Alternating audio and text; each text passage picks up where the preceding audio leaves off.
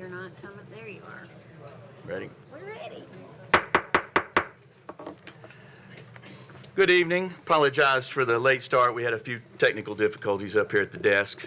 Want to call this meeting of the February 9th Williamson County Commission in order. As always, we ask everyone to please silence their cell phones during the duration of the meeting. Our first item on the agenda is always the invocation and pledge. Tonight it is being delivered by the 11th District. So myself and Sean Aiello will give the invocation, and then I will lead us in the pledge. Please rise.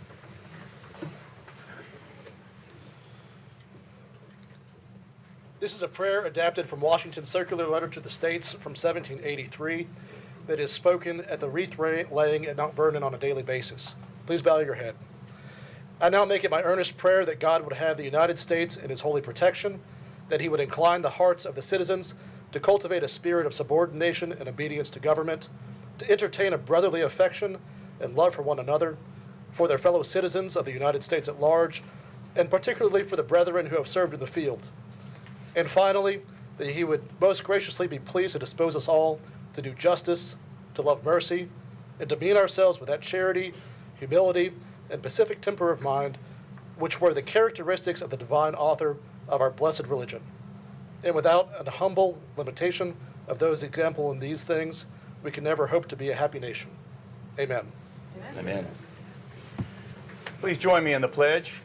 I pledge allegiance to the flag of the United States of America and to the republic for which it stands, one nation, under God, indivisible, with liberty and justice for all.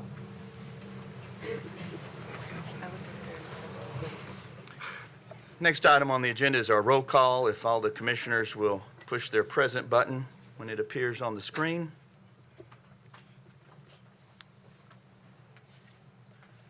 Record the roll, please, Mr. Whitby. Missing a couple. Commissioner Lawrence, it didn't register.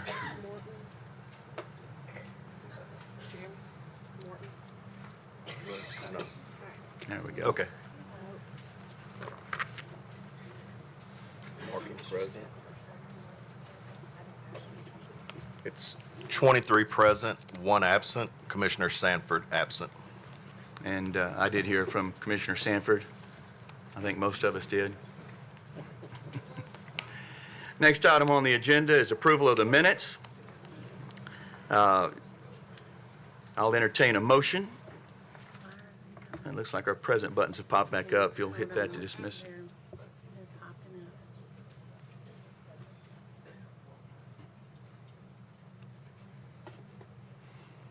Cheers. There we go. Got a proper motion from Commissioner Tunnicliffe, seconded by Commissioner Megan Guffey. Are there any additions or corrections to the approval of the minutes?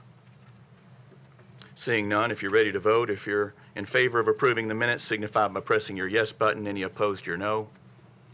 Anyone wishing to change their vote, please do so at this time. Record the vote, please, Mr. Whitby. 23 yes, 0 no. Motion passes. Next item on the agenda is citizens' communications. The way we do it is we allow 30 minutes. Did you count these up? 15. So what would that be then? 2 minutes. Yeah. So for tonight's citizen communications, we will allow 2 minutes to each speaker. I'll call you up in the order in which you signed in. If you would, when you come to the podium, announce the town in which you live and your name. And I'll start with the first one here, Mr. Joseph Woodruff.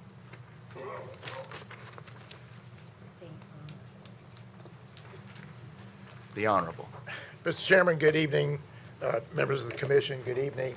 I hope that all of you had an opportunity to read the email that I sent yesterday addressing the issue concerning the contemplated possible acquisition of the Hill property on Columbia Avenue for the use as a site for a relocated courthouse. I'm not going to rehearse everything that was in my letter.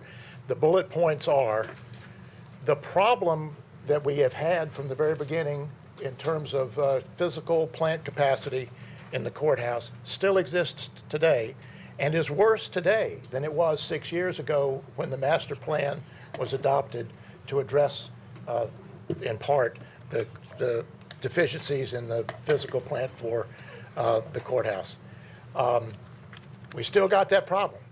The only problem is we don't have a solution. We don't have an approved plan. We used to have an approved plan, but we don't anymore. I'm here to communicate to y'all, my colleagues and I, will support and work hard to accomplish whatever decision this commission reaches with respect to how to address that problem. Whether it's to revitalize the former master plan or move the courthouse and build a new one on Columbia Avenue or something else, you will have our support. We need a decision, and this body needs to make a decision, and we're confident that you will, and we're confident that you will give it all the consideration that it deserves.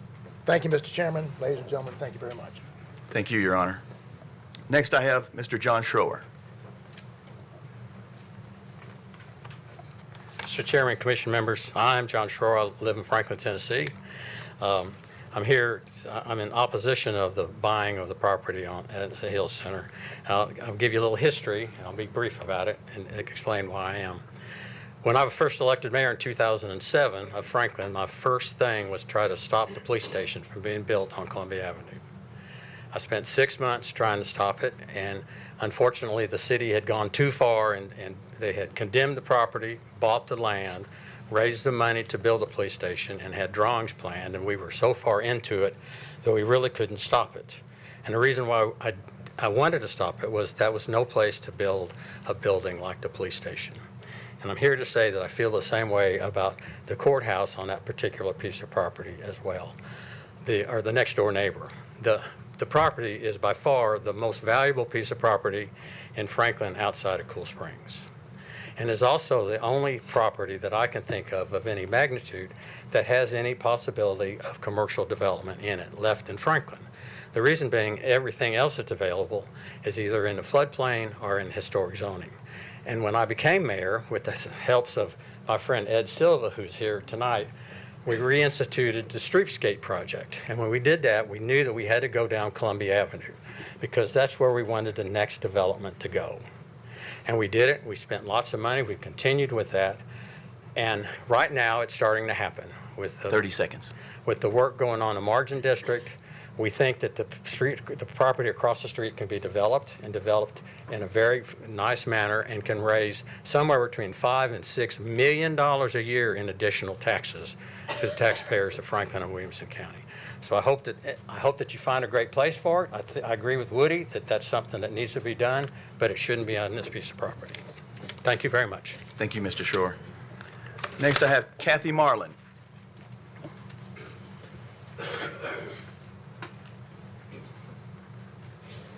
Good evening. I'm Kathy Marlin. I live in unincorporated Williamson County. I am reading this on behalf of Kathy Green, who could not be here tonight. I know some of the cities will dislike having the county approve annexations. However, cities rely on the county for schools, ambulance, fire assistance, and many other services. Schools are approximately 75% of the county budget. These projects have raised property taxes for those of us outside the city, yet we have no say or representation. These developments increase traffic and the roads are not being widened. A prime example of this is the amphitheater and the proposed mall. Both are in the most congested area of southern Williamson County and greatly impact county residents.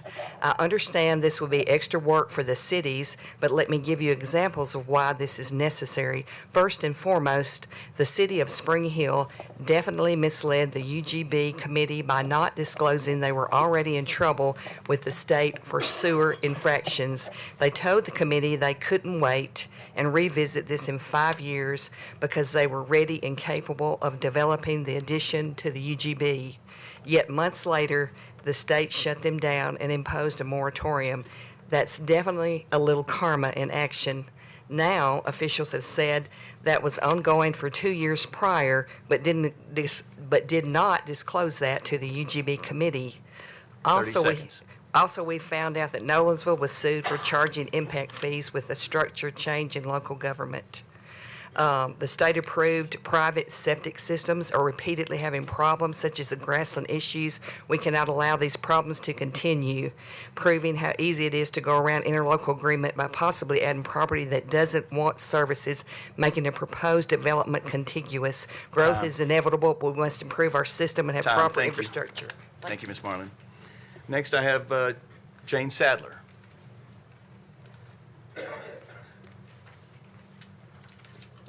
Good evening. My name is Jane Sadler. I live in the unincorporated area of Williamson County. What I'm reading is an email that I sent to all of you earlier, but I wanted to make sure in case you had not had a chance to get it. Tonight, you will be voting on resolution number 226-20, which seeks to address county concerns related to annexation and growth management. I encourage you to vote yes. The various municipalities within Williamson County have grown at a tremendous rate and continue to look for ways to grow. They operate under the fallacy that annexation equals revenue. Well, it does if you're not footing the bill for all the services required of new residents, such as schools, police, fire, ambulance, parks, and waste management. The cost of these services is now being foisted onto residents within the county who have no representation within these municipalities. We cannot vote for responsible leadership, nor can we vote as to whether or not we want this additional growth, but we will have to pay for it with higher taxes. During the joint Property and Tax Committee meeting held last week, there was some discussion about the growth roundtable that was created from the urban growth boundary meetings. The roundtable is held quarterly with mayors and various representatives. The group was created to foster a comprehensive approach to solving issues within the county's boundaries.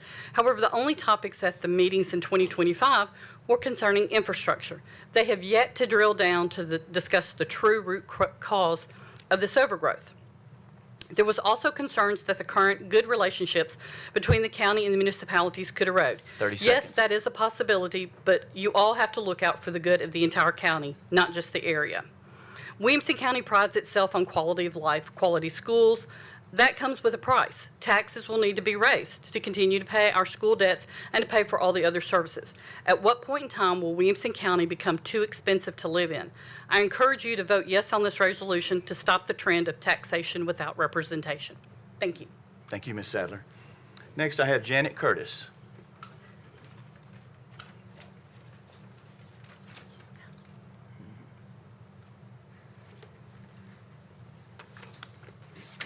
My name is Janet Curtis. I live in the unincorporated area of Williamson County. Good evening, Commissioners. At the recent Joint Tax and Property Committee meeting, we heard repeated emphasis on preserving good working relations with our municipalities. Cooperation matters, but not at the expense of the people who elected you. I stand here as one of your constituents from unincorporated Williamson County, asking you to put residents first, our rural character, our quality of life, our schools, our basic taxpayer fairness. A clear example that shows how the spirit of our interlocal agreements is being undermined. A developer wanted an interlocal agreement for essential Coleman Road improvements for the Harlan property near Hillview and Columbia Avenue. They were told annexing any road portion was illegal. No commissioner would sponsor the agreement, so the project was stalled. Then came the workaround. The Ingram family requested annexation of an 80-acre county island, suddenly making the Harlan property contiguous to the city, bypassing the interlocal agreement entirely. If these agreements can be sidestepped so easily through strategic annexations, what real purpose do they serve? They were meant to ensure balanced, genuine cooperation, not one-sided loopholes. You've expressed deep concern for municipal goodwill. That's understandable, but what about the goodwill you owe us, your primary constituents? We elected you to be our voice. Choosing silence or inaction now betrays the trust we placed in you. To restore fairness and close these loopholes, adopt these clear, equitable rules. If you are contiguous to any 30 municipality seconds. boundary, you can be annexed or be in the UGB. And if you don't, then you're not annexed and you're not in the UGB. That would eliminate the island of non-contiguous property. Please engage directly with residents fighting to preserve the Williamson County we love. You've shown bold leadership for county residents before. We need that courage again now. Thank you for your service and for listening tonight. Thank you, Ms. Curtis. Next, I have Bob Ravener.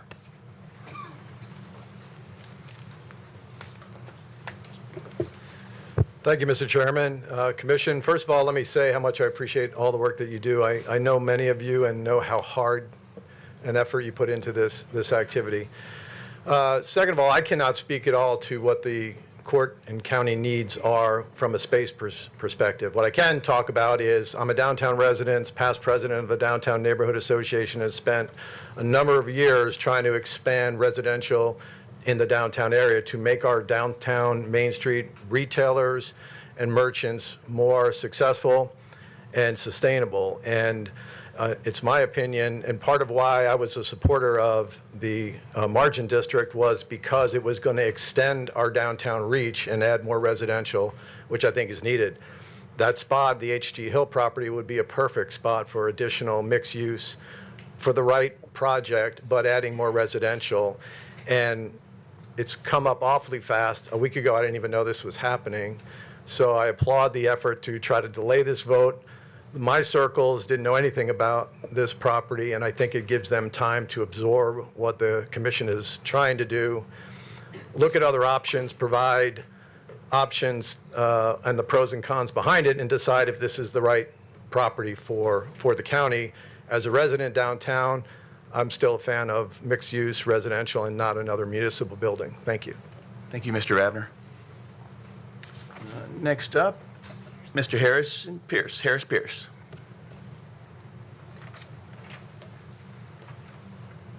Good evening. I'm Harris Pierce, and I live in Franklin. And Bob Ravner has come before me, so for me to say what he has already said again is a waste of your time. Thank you.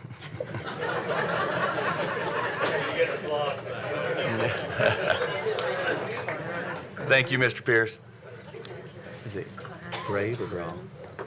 I've got Clive, and I'm hopefully reading this right. It's a little difficult to read. Grave or Graw? Correct me when you come to the podium, please.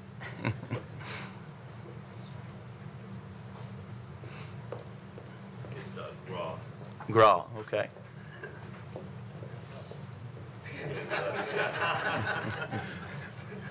Yeah, I got a lot to say. Don't cut me off. I sent a letter to the commissioners. My name's Clive Graw. I'm in the unincorporated Williamson County area, right next to the city. And I'm a retired traffic engineer who's reviewed hundreds of traffic studies, was in development review.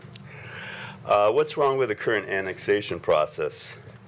Cities have hijacked the process and proceed to annexation without any county input, using the UGB as an excuse. Envision Franklin as a wish list. It's not even a plan. A plan requires a comprehensive assessment of infrastructure and a realistic forecasting of future growth. It does neither. The county weighs in too late in the process with the intralocal agreement. The biggest impact on the county is with large developments like Ovation. It recently approved a doubling in size from 1,594 units to 1.65 million square feet of commercial space.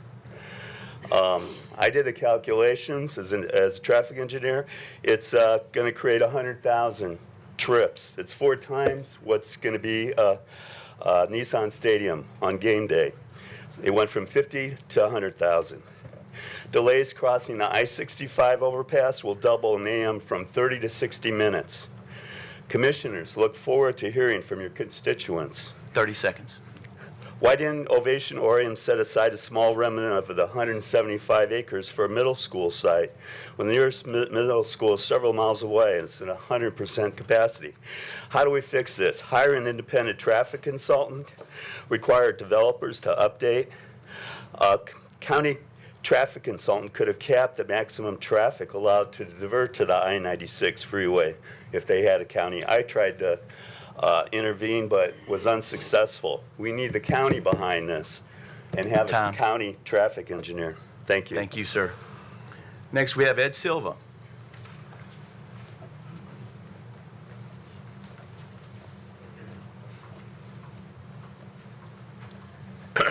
Mr. Chairman, members, I'm Ed Silva. I've been practicing law here in Franklin since 1974. I'm a proud owner of a building that was built in 1874 and has survived a lot of things, obviously, even bad weather and developers, et cetera. And I'm proud of that. But what I want to draw the attention of the commissioners to is the courthouse in the square. You know, the county was founded in 1799, and at that time it had a little log house in the middle of the square where justice was sought and sometimes found. It was replaced by a brick and stone building in 1806. And then in 1856, 2 years it took to build a beautiful Greek Revival architectural masterpiece that's an asset to this community. Growth is inevitable. Expansion is necessary. I understand the need. We have 4 judges now. We need 4 courthouses. We need 4 courtrooms. We need them technically sound, and we need security. 30 seconds. My concern, Chairman, is we need to preserve that old building. That has to be not sold in the marketplace and turned into some retail center. That needs to be preserved as an historical edifice representative of this county and of the city of Franklin.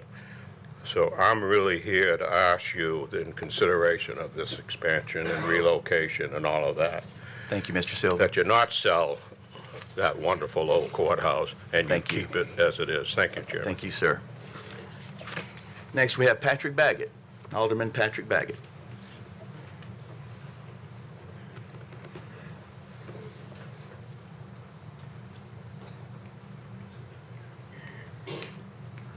Commissioners, thank you for your service and for all the great things you're doing for this community. Every day, 76,000 people outside of the city limits drive into Franklin to work. 76,000. Our population is 88,000.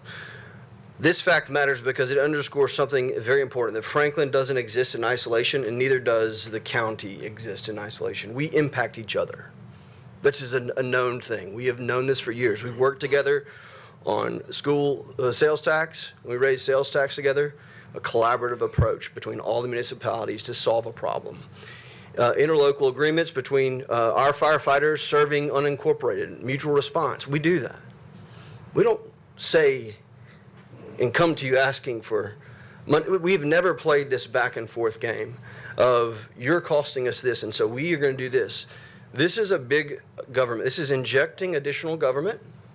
This resolution for annexation is adding an additional layer of government into a process that exists. I would implore you, that's not the first step.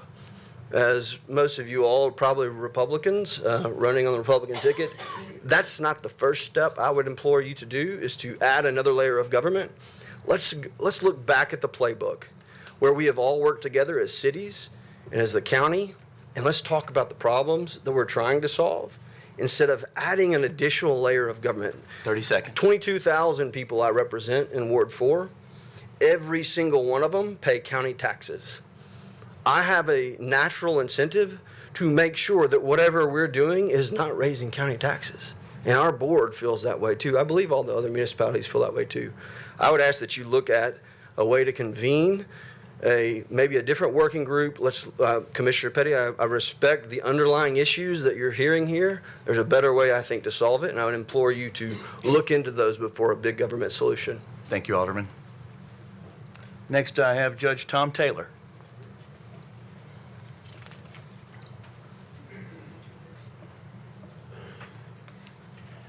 Thanks for the opportunity to talk to you tonight. I'm here to ask you to vote yes on the courthouse proposal on the Plaza or Hill property. I'm here to ask, others have provided you with more specific information concerning the proposal to purchase the property for a new courthouse, but I'm not going to go into that. Not many of you are regular visitors at the courthouse, so you can't know the limitations of the current courthouse. It has been inadequate from the day that it was built, before we ever moved in it, it was inadequate.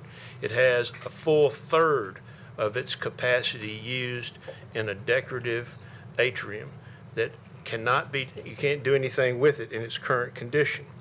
It's also connected to a historic courthouse that is verboten to touch, to do anything with it that makes any kind of useful change for the needs that we have.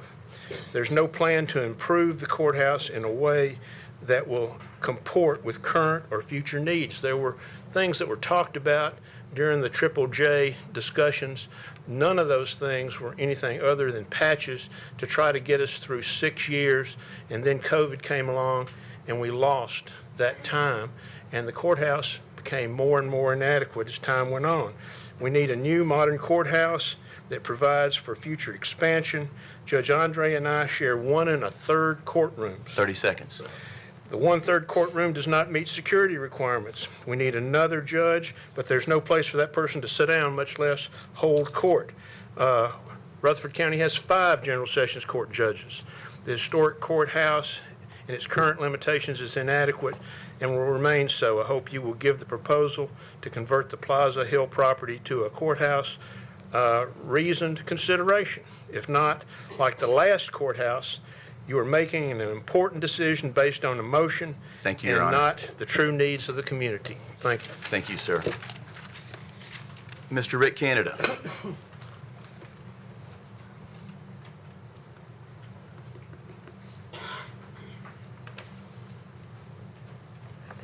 I'm Rick Canada. I live at 4348 North Chapel Road.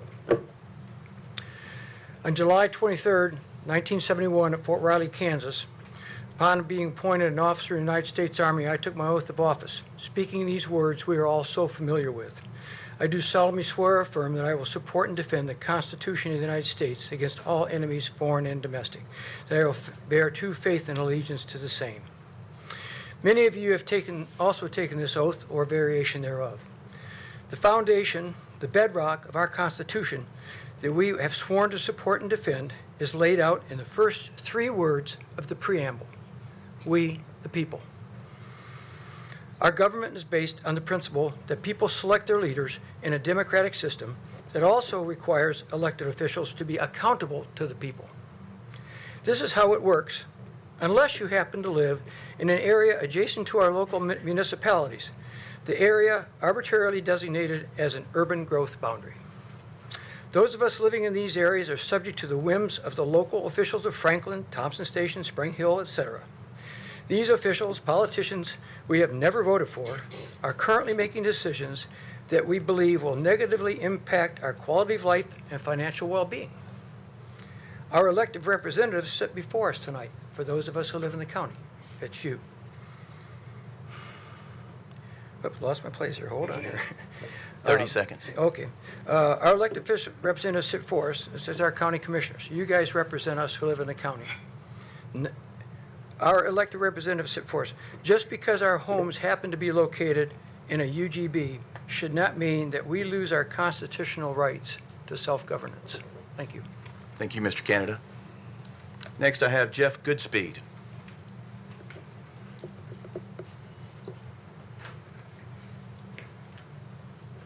Thank you all, Commissioners, for all your time and effort. Just like to say that I wish you support the Resolution 2620.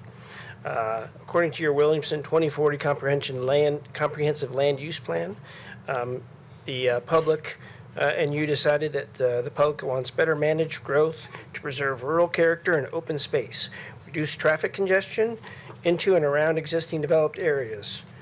That resulted in a 1 house to every 5 acres resolution.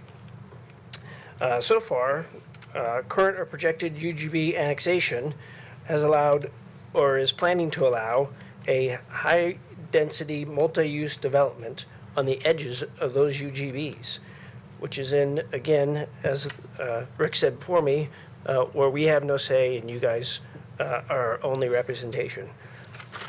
This resolution allows everyone, including all of your constituents, the BOMAs, for local municipalities, the state legislature, and even the governor, that you need to be heard, and unchecked annexation leading to unresponsible and costly development is not acceptable. We're just asking, as county residents, that you approve this resolution and allow your own constituents to have their voice back. Thank you. Thank you, Mr. Goodspeed. Catherine McKinney.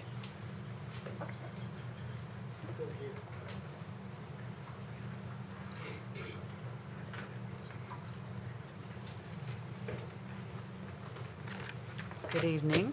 My name is Catherine McKinney. I live in Franklin. I want to first thank you for your service. I know how much work it is. I'm here to urge you to vote yes on the resolution 22620. Last I checked, Williamson County was $1.2 billion in debt, but it could be more now. It's hard to keep track. But we can't print money. And what happens when a county has a growing debt? It either raises taxes or it crowds out services. The debt service crowds out services.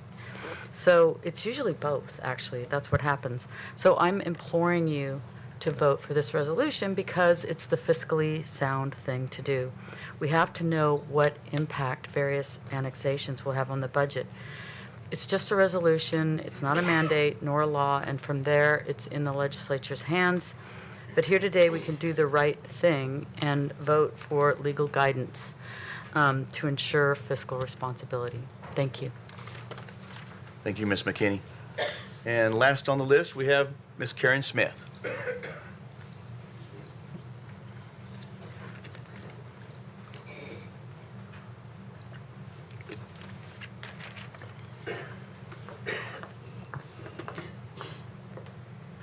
Hello, I'm Karen Smith, and I live in unincorporated Williamson County, Franklin, Tennessee.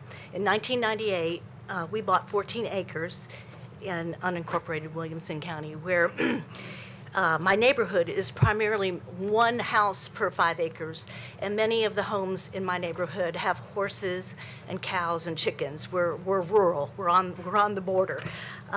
It was in 2017 that I learned about the urban growth boundary, and that's when the Smith family presented a high-density commercial development plan to our community in our neighborhood.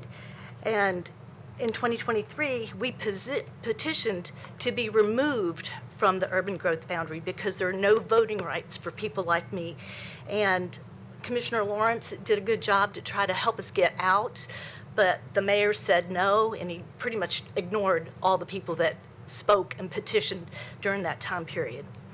So non-contiguous annexation allows the city to develop in pockets, leapfrogging over county property, leading to fragmented development patterns, infrastructure deficiencies, service complexities, and conflicting interests of property owners.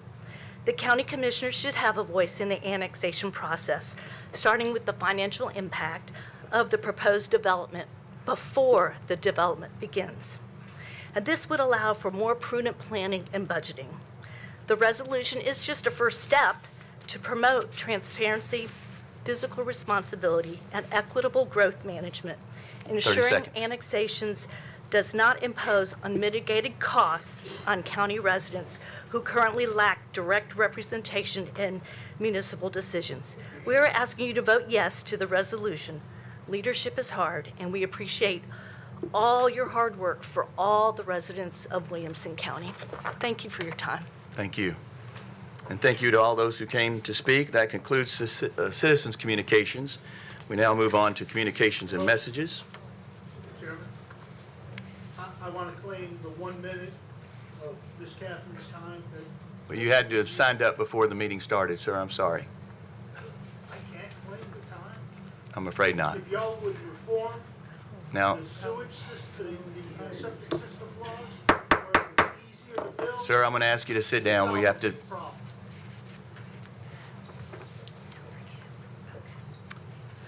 Okay, on to communications and messages. First up, we have some late filed resolutions that if there are no objections, we will hear. If there are no objections from my fellow commissioners, we will hear 22624 and 22625.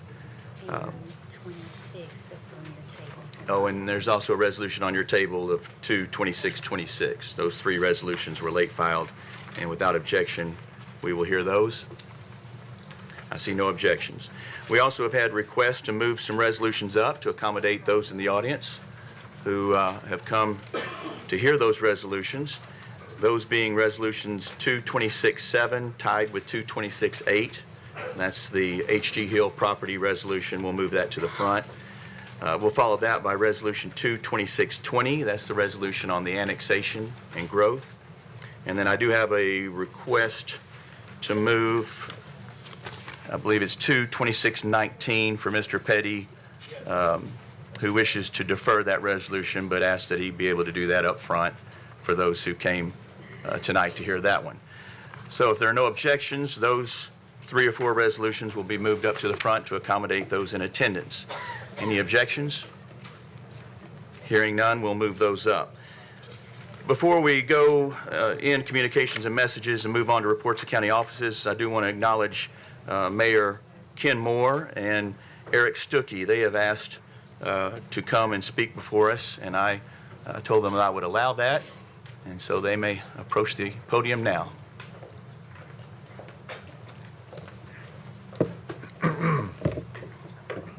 Thank you, Mr. Chairman, and thank you, Commissioners, for hearing our concerns tonight, and thank you, Mayor Anderson. First of all, a big thank you for allowing us to use this facility for our board meetings. And this is one of many ways that we've found to cooperate through the years on many things, and many of them Alderman Baggett mentioned. We're here to express our concern about the proposed relocation of the Williamson County Courts to the H.G. Hill property, the 5.69 acres at 926 Columbia Avenue. We recently learned of this proposal and met with Mayor Anderson and Jim Cross to better understand the proposal and how far along the project had progressed. Based on our meeting, it appears it is much further along in the planning stage than we had anticipated. As has been mentioned already by several people, the city of Franklin is very protective of its corridors that come into town, and we've spent a great deal of money through the years preserving those corridors and making sure they look good, and Columbia Avenue is one of those corridors. We're starting to see some economic benefit on Columbia Avenues, the margin district that's being there, and I would question whether placing a single large building on the H.G. Hill property is the highest and best use of this property. A large multi-story or large building would not activate the street as would a series of buildings in a mixed-use development, and there's a concern over the massing and the contextual fit in this area given the lower-rise buildings and the rest of the area. As Mayor Schroer pointed out, if you want to visualize what that might appear, just look at our own police station, which is a very large building on that property. Our board has already expressed some concerns about height restrictions in this area, and particularly on this parcel. Furthermore, a large justice center would do little to provide needed services to support the adjacent neighborhoods or downtown. And of course, there's always a concern with property taxes, losing those taxes that would come with that property and redevelopment of it. I don't think it's the highest and best use. Many in our community don't. And but I would request that if this is a project that the County Commission continues to pursue, that we be part of that discussion, which we feel like has not happened up to this point. So we would ask that we be included in that. I'd also like to quickly speak about Resolution 22620 concerning urban growth boundaries. And as you're aware, this was about a 2-year process we just went through, and if I remember correctly, the county received an award for this process. The urban growth boundary is a planning tool that we use to understand how to grow our city. It is not annexation. Annexation is only by the request of the property owner or by referendum at the request of the property owner. So the city of Franklin has focused a lot on growth for the past 32 years. We've been growing at 2,000 people a year, and we have a number of tools that we use. to help manage that growth.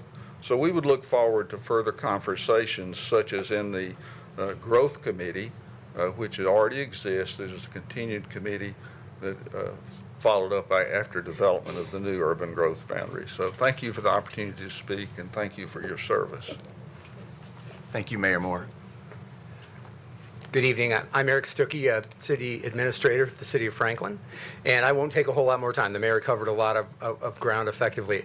I am a recovering county administrator, so I know some of the challenges you're dealing with, and building an effective, well-functioning justice center is a challenge, but a very, very important one to meet the needs of the community. We stand ready to work with you. The mayor has effectively raised a lot of concerns, but we want to work in partnership, just like we always have, to find solutions together. And I think when we plan well and we collaborate, we solve problems more effectively, whether that's a justice center or whether that's managing growth effectively in our community. And we can do that together. We don't need state laws to change. We can find ways to collaborate effectively within the framework we have, and look forward to that opportunity to do that with you, with however the commission decides tonight and going forward. Thank you. Thank you, Mr. Stuckey. Moving on to reports of county offices, I'll call on Mayor Rogers Anderson.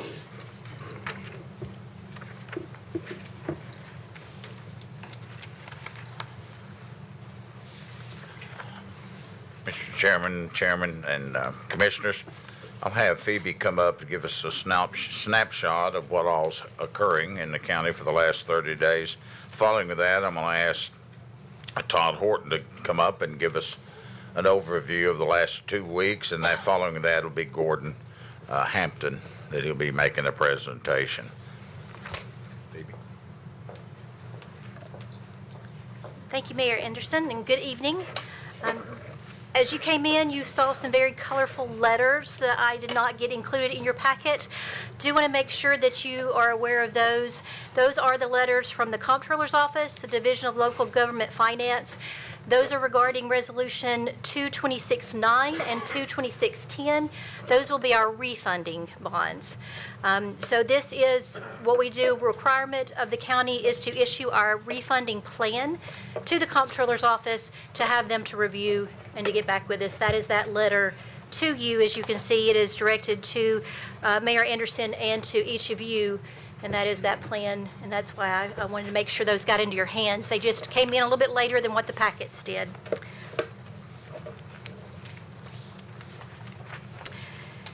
Would like to report this evening that December privilege tax collections for the month of December is a little over $837,000. This is over $500,000 less than what we collected in November. So we've been averaging a little over $1 million each month. November was $1.4 million, and we have only collected in December $837,722. This is an agreement actually correlates with our education impact fee. Obviously, those go hand in hand. Our reduction this month in comparison to last month was also $568,000, with a collection this month of $1.3 million compared to last month's $1.9. We are seeing for the last 2 months our building permits are slightly down, which would explain the numbers and the square footage and the amount of revenue we are collecting. Would like to report, since I have given you all the negative numbers. So a small profit we have received in December from the Cool Springs Conference Center for $10,774. Again, we will take every little bit of profit we can. This evening you have the 2 refunding bonds, as I've mentioned, later for your approval. We are on track for about 50% of our revenue collections right now as of December, so everything else is about on target. If there's any questions, I'd be happy to take those at this time. Any questions for Ms. Riley? I see none. Thank you.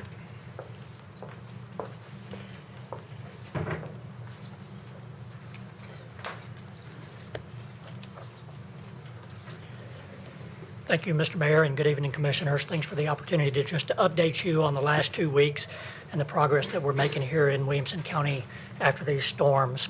I also want to thank several of you who have reached out to our agency and commented on the work of our staff and other county officials for this disaster. My lack of response has not been because your message was unread or unappreciated. It's just that I've chosen to focus my efforts on what is needed for the county at this time, but we are grateful for your support of our agency. I also want to thank all of the county department heads, elected officials, municipal governments, nonprofit organizations, and utility partners that have worked hand in hand with us with unprecedented cooperation, as they do in every event that we have. And I think it's a testament to the ongoing efforts that we have to collaborate with one another all year long that makes times like these go very well for our community.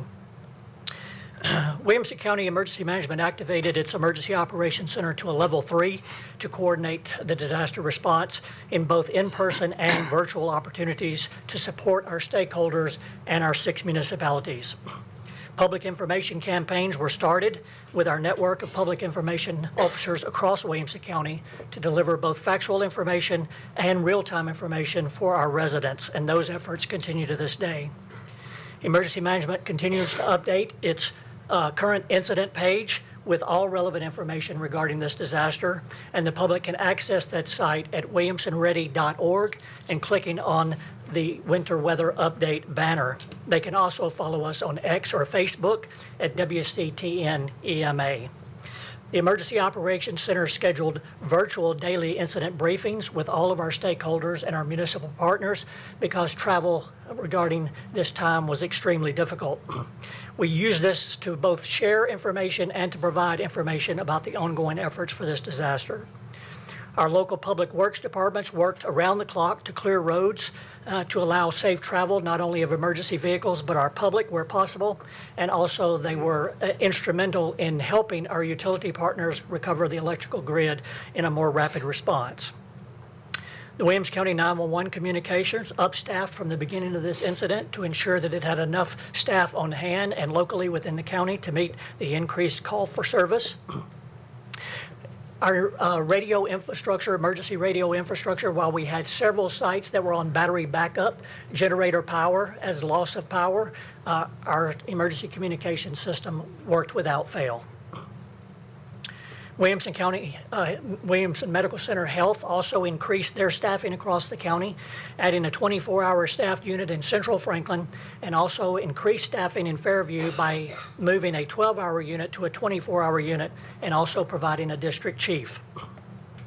Williamson County Homeless Alliance operated a cold weather shelter for those in need of that population, and most fire departments and law enforcement officers across the county also increased staffing to meet the increased call demand. Public shelters were opened across the county. Franklin High School was opened. That had a maximum occupancy at one time of about 31 occupants, and One Generation Away provided the initial food support for that site, while obviously, the Williams County Schools provided staff to support the ongoing food efforts, as well as donations that came in from the public. Fairview High School was also opened as a shelter with a maximum one-time occupancy of approximately 48 occupants and 8 pets, and food was provided by cafeteria staff at that location, again with occasional donations from the public. Due to the increased time frame in which northern Williamson County was without power, we determined the need to open up the Martin Center after polling the community for those needs. And while 25 families reported they did need shelter, none of those families actually reported to the shelter after it was open. So it stayed open for only a day, and then we put it in a standby mode, ready to open at any time because, again, of the prolonged outage expected in that area.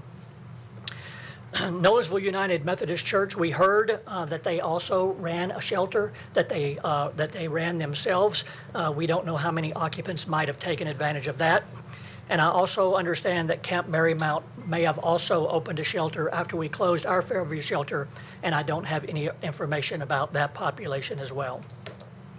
Williamson County Sheriff's Department proved essential in this in this event by not only providing transportation for emergency services workers and essential personnel to arrive at work, but also countless transportations of citizens to and from shelter locations, or if they were stranded on the side of the road, to their home. Williamson County Animal Center provided resources at all 3 county-run shelters to ensure that residents could bring pets that were allowed in the shelter locations. Williamson County Parks and Recreation also allowed residents who had prolonged power outages to use their shower facilities at both the Brentwood and Nolensville facilities. And we also established an Emergency Operations Center call center in order to provide residents with additional information they needed if they were to seek shelter operations. Many other things that I haven't mentioned certainly occurred during this event that involved other county departments, and that information certainly will be presented at a later time. Emergency Management also worked to create plans to evacuate an assisted living and memory care facility in the city of Fairview with 45 residents. However, Middle Tennessee Electric was able to restore power within about 30 minutes of where they would have been, where it would have required evacuation.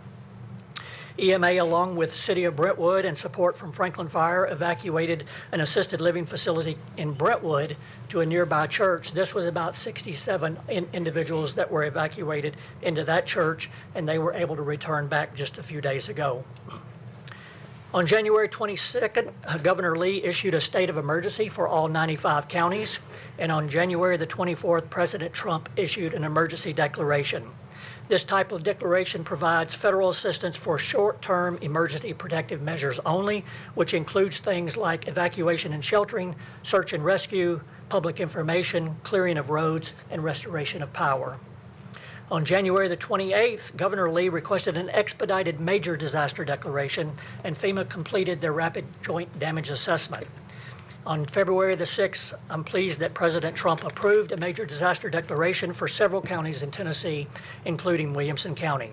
This type of declaration allows federal reimbursement for all categories of public assistance, including debris removal, emergency protective measures, road clearance and road repair, bridge repair, water control facilities, buildings and equipment, utilities, and other government facilities like parks. In order to qualify for this federal assistance, Williamson County had to experience at least $1.1 million of loss, and the state had to experience a little over $12 million of loss. On February 3rd, we submitted our initial damage assessments, which was already at $9.9 million across Williamson County, well above our qualifying threshold. For your reference, when federal assistance is offered on a major disaster declaration, the federal government reimburses 75% of our cost for all eligible projects. The local government is then responsible for the remaining 25%. History has shown that the state of Tennessee picks up 12.5% of that, leaving the local government the remaining 12.5%. Right now, that is on target to happen, but we will continue to await information from the governor's office to ensure that that is the action that they choose to take. There are 11 temporary debris sites across Williamson County that have been approved for government or its contractors to bring debris placed in the right-of-way to that site. At that site, we will take opportunities to grind that material so that it requires less trips from the temporary debris site to its final resting place, which will be the landfill. By establishing temporary debris sites throughout the community, this helps us focus on getting the roads cleared faster rather than having to drive from all of those areas to the landfill and back. Unincorporated Williamson County residents that want to move their own debris can transport it directly to the landfill, as we are not accepting vegetation and debris at convenience centers during this disaster. We also encourage residents who need assistance with debris removal from their private property to the right-of-way to register by typing the keyword debris to 888-777. While this is not a guarantee that assistance will be provided, we are working with volunteer organizations to hopefully come in and provide assistance to those who identify they need it. While unincorporated Williamson County normally does not pick up debris at the right-of-way, I stress again that during times of disaster, we do own that responsibility and will pick up that debris. We encourage you to visit our website so that you understand how to stage that debris so that it does not encroach into the roadway and that it also facilitates faster pickup of that debris as we have a large area to cover. One challenge that we are faced with is identifying homes that have been damaged, including broken water pipes in the home. Understanding the impacts that this has had across our county helps us justify our request for individual assistance through the federal government, where the federal government provides direct assistance to individuals, either in the form of financial contributions or low-interest loans to help them recover. During times of tornado, we can normally easily drive down roads to the affected area and see the damage for ourselves. But in this case, much of the damage is either on the rear of the home or it's confined to the interior of the home. And so our traditional methods of an agency of going out and surveying damage is extremely difficult. That's why we need the public's help in reporting any damages that have been sustained to their home or inside their home. They can find a link on our website, again, williamsonready.org, to report that information. Finally, efforts are in progress with the United Way and Hands on Nashville to coordinate volunteer projects, again, to assist residents with removing debris from their private property to the right-of-way. To date, 870 residents have reported this need across 3 reporting platforms. We are working to validate those reports, remove duplicates, and coordinate with Hands On to fulfill as many requests as we can. We plan to engage civic and faith-based organizations tomorrow, requesting their assistance in helping our community navigate through this disaster timeframe. I'm happy to answer any questions. That's what I wanted to share with you tonight. Thank you, Director Horton, for your leadership, your hard work, and everything that you and your department have done during this disaster to keep us safe and keep us moving along. Thank you, sir. Thank you.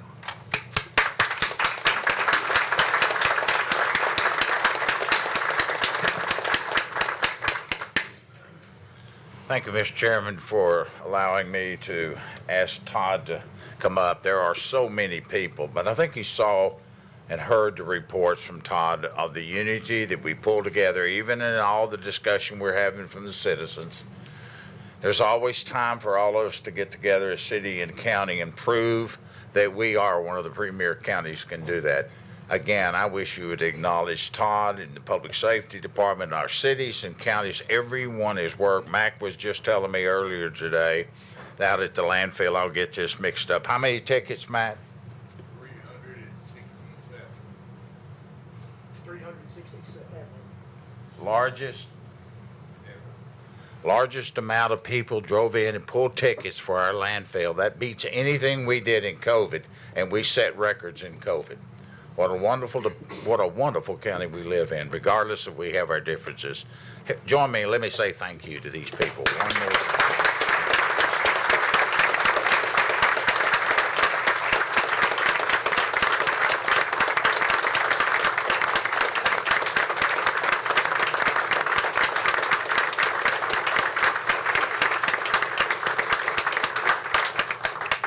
So next I have Gordon, and then following Gordon, we will have a short presentation by ECD and Matt and his team.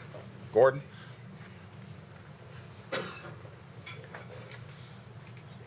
Thank you, Mayor, Commissioners. Thank you for being here tonight. We're glad to join you. Well, it's a hard act to follow right there, but I want to echo the great job that they've done.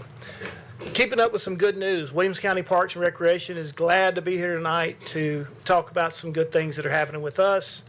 It's been probably 40 years that Williamson County has had a recreation park department. We started out with our good friends from the city of Franklin through an interlocal agreement, and we had a joint rec, and in the early 90s, that was turned into the county's department. We're going to talk tonight real quickly about the aquatics program, and we're going to be joined by the Excel Swim Club, who's going to make a very generous donation tonight.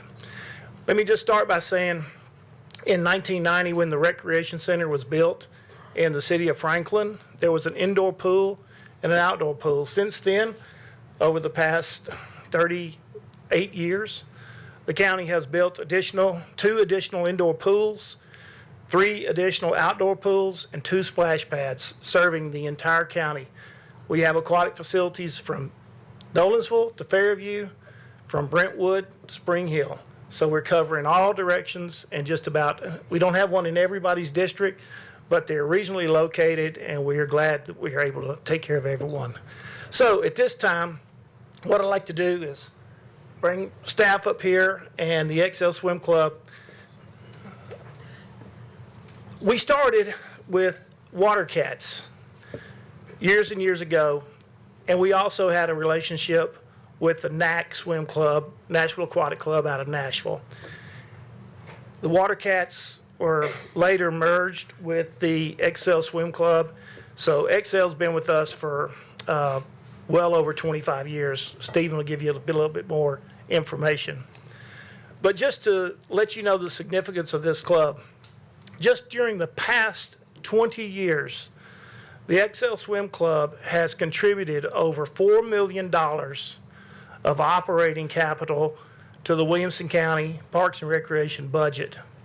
And tonight, they're here to present a $1 million check, which is the largest single cash donation that the Parks and Recreation Department has ever received.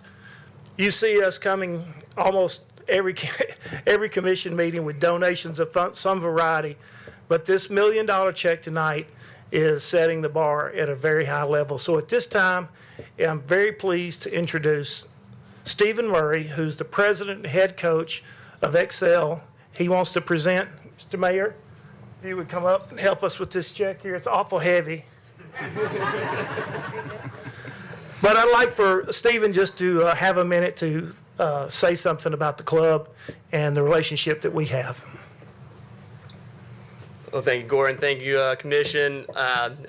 We are honored to be here tonight, and thank you for all the support that we've received over the years in operation.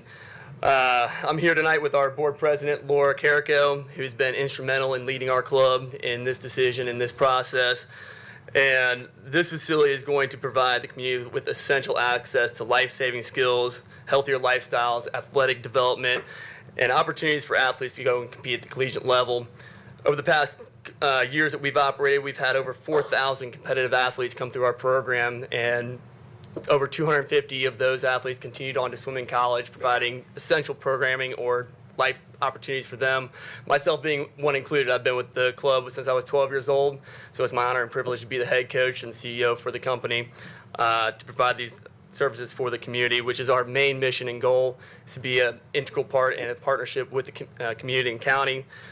And with this facility, providing those essential services, our commitment to this project has largely been in part the leadership of Gordon, Rick, Evan, who showed us this tremendous potential opportunity that was available with this facility. And it's my hope that our commitment to this project financially and with just the support of bringing as many people into the pool as possible, showing that the Parks and Rec Department, the facilities that they operate and provide are essential to the community's development and growth. And I can't thank the commission enough for supporting this project financially and making sure that it's going to be one of the best things for Bethesda and the growth of that community. And we're honored and privileged to be a part of that. So I want to thank everybody here and for this opportunity. And we look forward to the next year as it gets built and have a great pool in place for swimmers for years to come. So thank you for your positive impact.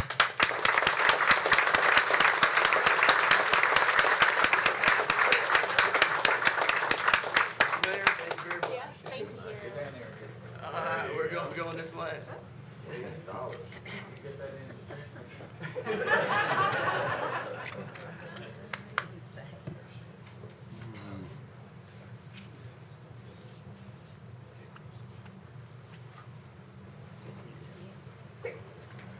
Once again, thank you so much. And I do want to recognize staff real quick.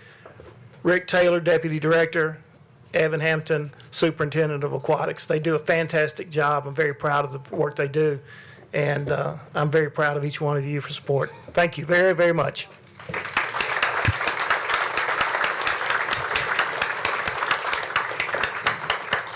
Mr. Chairman, we have one more small report from Nathan, but I have to tell you what was going through my mind as they were having a conversation from the position I was at. Several years ago, you had one of your county commissioners that was in the Olympics, almost made it to the Olympics, that I was facing. He was in a swimming event, Chaz Morton, you want to tell us what year that was? You almost made it. Your mic is on.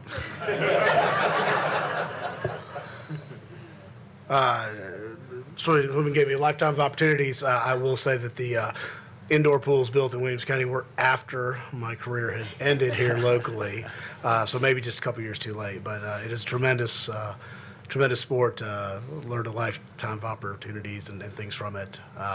Olympians fall into two categories: you are an Olympian or you are not. The closer you are, the more heartbreaking it is. I am not one and not that heartbroken. And I think you should tell them what event that you worked in, that you pushed yourself in. Well, this is really more than anybody needs to hear about swimming. The 400 individual medley, which is sort of the decathlon of swimming, it's awful. It is grueling. It is demanding. It is a lot like life, and there are a lot of lessons to learn from it. But consequently, most swimmers with the talent to not have to swim the 400 IM will choose not to, which then left the 400 IM open for people like me. So that's all I know. I thought it was important you all know we almost had an Olympian, then he turned into a lawyer. Nathan and Matt are up next.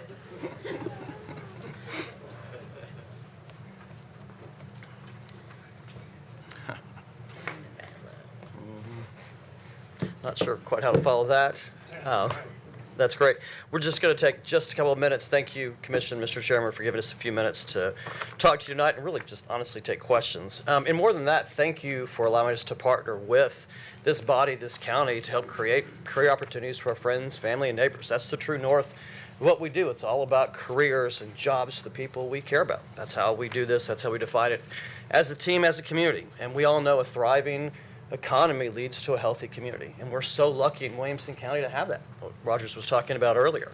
We've all visited places, or in my case, we're from a place where that wasn't the case. And when it's not, you have an entire different set of challenges that are nearly impossible to overcome.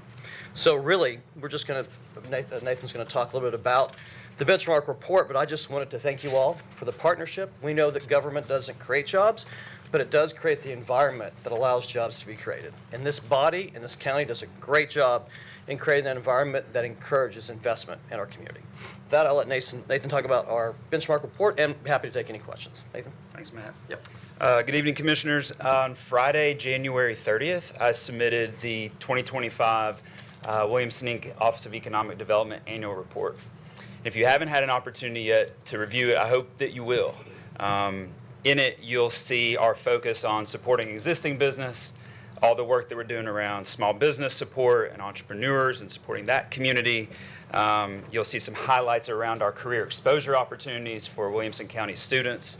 I'm confident after reviewing that report that you will be as proud to see the work that we've done together as our team was putting those resources together and submitting them. So happy to field any questions about the report. Alternatively, after you've had some time to review it, if you'd like to get together and talk about it, I'd be delighted to do that. But as Matt said, really, thank you for your continued partnership and support in the work that we do together. Any questions for Matt or Nathan? I see none. Thank you, gentlemen. Mr. Chairman, that completes everything. I'll take questions if you have. Any questions for the mayor? Commissioner Lawrence. Thank you, Mr. Chairman. Good evening, Mayor. We're getting a lot of questions about the debris pickup, and I know we've got the app and they can go on and schedule that. So the question is, and I know it may be difficult to answer this specifically, but what type of expectation can we give them as to when that might be picked up?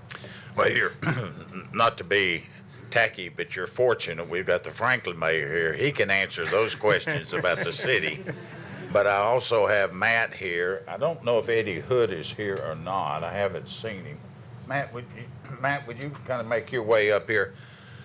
But there's a lot of discussion on how we handle it. The cities are all handling it a little bit different, but if you're in the unincorporated area, if you'll get the debris, the trees and stuff to the right-of-way, the easement, not getting on the road, as Todd said, over the next several weeks, we did give some of the been time off so they could sleep, not time off, but so they could sleep in the evening because they have worked some long, long hours. And just as soon as we can get the last few tree branches hanging over the road so the buses can drive under them and not scrape the top, then we'll start picking up that debris. Mac has been very involved with Eddie Hood, who is actually doing this for us. And you heard Todd say we've got several points that the highway department will be taking that so they don't have to run back and forth to the landfill. Mac? It's been rather busy. Those of you that have been to the landfill and have seen the new MRF facility is a blessing in this. It's a long entrance driveway to the MRF, which has a scale. And then there's an intersection you go through and you can access anywhere you need to go in the landfill. And then you come back through the existing scale at the landfill. So we have created one-way flow of traffic. That's how we kept all the people off the street. And then that entrance is also wide enough that you can get 2 trucks wide, so you can double stack them. But it takes a lot of directions. People are impatient, they're in a hurry. So we've got 4 individuals out there, trying to get people to go in the right direction, and it's not been fun. Eddie sent me an email today that gave us 16 neighborhoods, not streets, subdivisions. And we started today picking up in those areas. It's going to take a while. We're not designed to pick up brush on the side of the road. It's not what we have in design, but we're lucky enough we have that type of equipment to pick up dead animals. So we're using that truck that has a similar boom lift on it to load roll-off boxes. So we have to go down the street, use that truck, back the roll-off box, set it down on the ground, and then load it from there. So it's a slow process, but the neighborhoods that we were in today, a lot of people out walking, they just stopped and looked and was all pleased was there. If there's any questions, I can help answer for you. Any follow-up? So I guess, Mac, what you're saying is it's probably going to be weeks, maybe a month, or what do you think? I mean, because when Eddie and I rode around almost 2 weeks ago now, I estimated 80,000 tons of brush on the ground. Last year total, 11,500 tons is what we dealt with at the landfill. So when we finished business today, we're probably a fourth of the way through the whole last year's number. So it's going to take a while. And then on top of that, Eddie's bunch and our bunch still have our regular duties. The one thing that we did do is we are not accepting any tree debris at the convenience centers. There's no way in the world we could keep up with it. So to answer your question, I'm going to say 3 months before we're finished. Okay, so it sounds like we might get some federal funds to reimburse us for this. So would it be possible to hire contractors to help us with that pickup? We've hired a contractor to help us at the landfill. Our strut or grinder is 25 years old. It's been rebuilt once, and it's hard to get parts for it, but it broke last Wednesday. So we stored brush, and there was 1,300 yards of brush stored on the ground. So we had a contractor come in and started this morning. And earlier, when Todd was mentioning we're going to grind, we're grinding at the landfill, and then we'll probably use that same contractor to go grind to other areas. But as far as trying to contract for the actual pickup service, that's not something we pushed real hard for because we hadn't been ready for that. We've still been trying to catch up with what's on the ground. But 3 months is a long time for people to wait for debris pickup. So, I mean, if there's a way we could hire some contractors that might, and if the federal government's going to reimburse us for it, I would suggest, that we look into that. Okay. I should also note that he's talking from his solid waste department. We've got Eddie, who has rented, I think, 4 or 5 of the chipper trucks that are driving them around. So we've got 2 departments. I'm not sure how long it's going to take, but we'll look into the federal disaster now that the governor and the president have signed off on. And I should also mention, you heard Mac talk about, thanks to Ricky bringing it to our attention, we raised the limit each resident has a 5-ton limit, and we're raised into 10-ton limit during this time for the 30 days end of this month. And that's a loss of revenue of $2.5 to $3 million that we will lose on the loss of revenues for the tipping fees. But those are the things you do during, difficult times like we've had. Because you take a big oak tree, whether it's white oak or red oak, when it goes down the yard, there may be a 1 or 2 ton tree that's laying there, and you can hit your maximum capacity. So thanks to MAC, we worked through some issues, but it is a challenge for us right now. Other questions? Any other questions for the mayor? I see none. I'm sorry. I'd so much appreciate Eddie Hood and Mr. McNolan. Are they going to be able to handle this cost through their budgets? Are we going to be looking at additional money for renting and the contractors? Do we need to consider that at some point? So at the present stage, Eddie's budget has got a very strong fund balance. We did go through, how many tons? I forgot how many tons of salt we went through during this. It was several tons, but we've already in the process of replenishing a lot of that tonnage. Be prepared for the next one. Eddie's budget, I think, can withstand it. Solid waste, we'll look a little closer. We're assuming the worst happens, that we would have to not have those full tipping fees, but we'll see what actually happens. But we are charging the contractor. So if the contractor does work for you, brings it out to the landfill, you've paid that contractor that tipping fee he or she is delivering. This is for the homeowner, or we're doing something unusual. If somebody was loading up trash using a hauler, if you'll ride to the landfill with him or her that brought it out there, then we'll allow you to go in on your residence also. Any other questions for the mayor? I see none. Thank you. Next, we have our schools report. Superintendent of Schools, Jason Golden.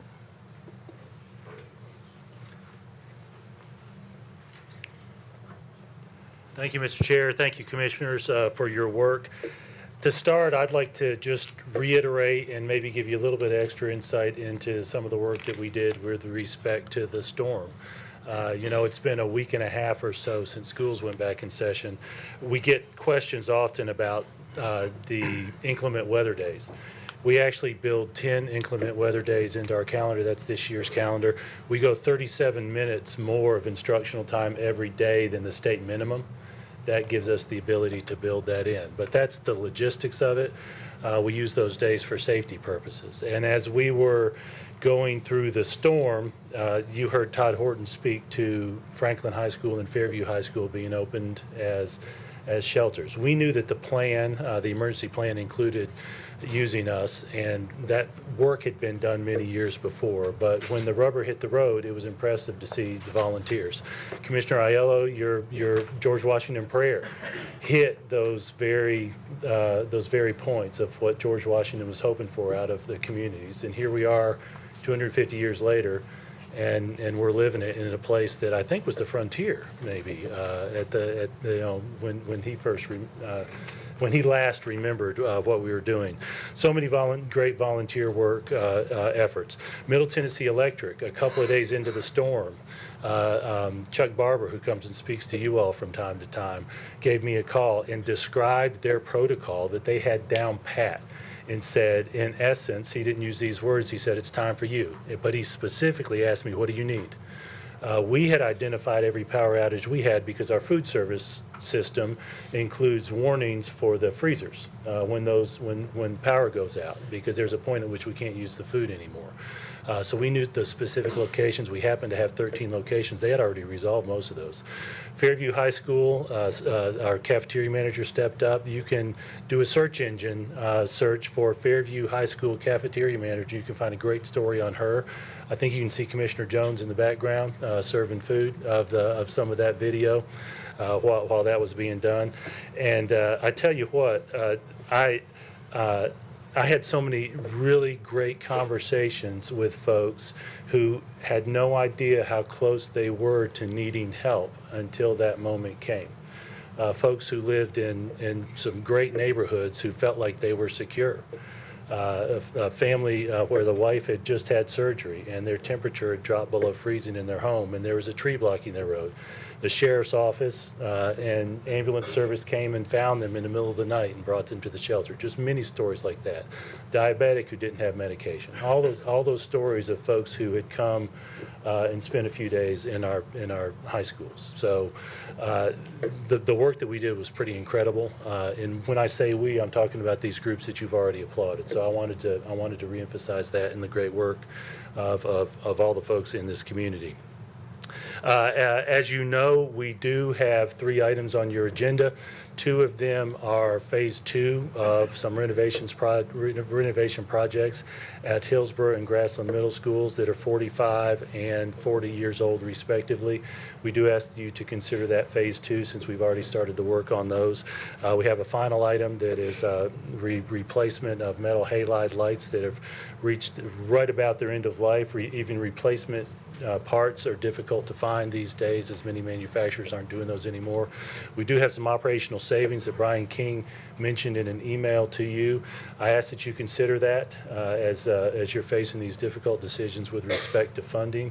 And one other item related to that is we know that right now we have an opportunity for some TVA rebates. That's another reason that we're bringing it to you right now.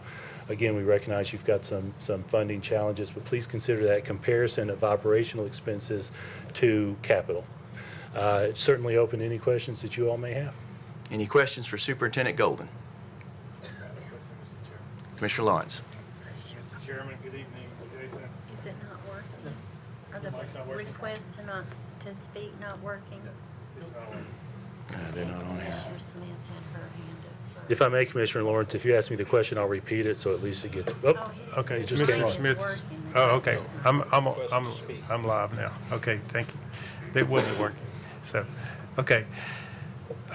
Jason, we several years ago, and I've actually had some conversation with school board members recently. There was discussions about naming rights for stadiums in regard to the light issue you're asking for tonight. Some very expensive lights. Where are those discussions? It seemed like those kind of died down, and it seemed like a reasonable idea to explore. But where are we with that? Right The board has passed a policy allowing for naming rights. That was a product of that discussion. And we have not on these large-scale projects, but we have been able to, for example, get video boards at our schools with a cash flow where we're able to sell advertisements. And we have not had that large naming right you might see at a large college at this point. But we do have some contracts, for example, with Matthews Team Sports. It is an Adidas contract where we're able to save some money on some of those items. So that possibility is open because the board opened the door for that. Okay, good. Commissioner Mary Smith. Hi, Jason. Hi. Am I on? Okay. I just wanted to say thank you. I had the opportunity to volunteer with When Jen Away at Centennial High School on the 31st, and your staff did an amazing job. Your students did an amazing job. It was one of the coldest days we've had this winter. I think it was the coldest day we've had this winter, and the outpouring of community service was commendable. I was in awe. There must have been 300 people out there willing to go outside and work in the cold. So I just want to say thank you for opening up the school and allowing that to happen. It really, again, showed the best of this county. Thank you, Commissioner. One Gen Away, I'm trying to remember the exact number of boxes of food that they were able to give away that day. It was in 300 the 300s. families were served. Thank you. I thought it was in the 300s. Also, the Well down in Spring Hill provided many of our students with go bags that day when they knew the storm was coming. So that Friday, a number of our students, due to the efforts of the Well, were able to bring some food home for their families as well.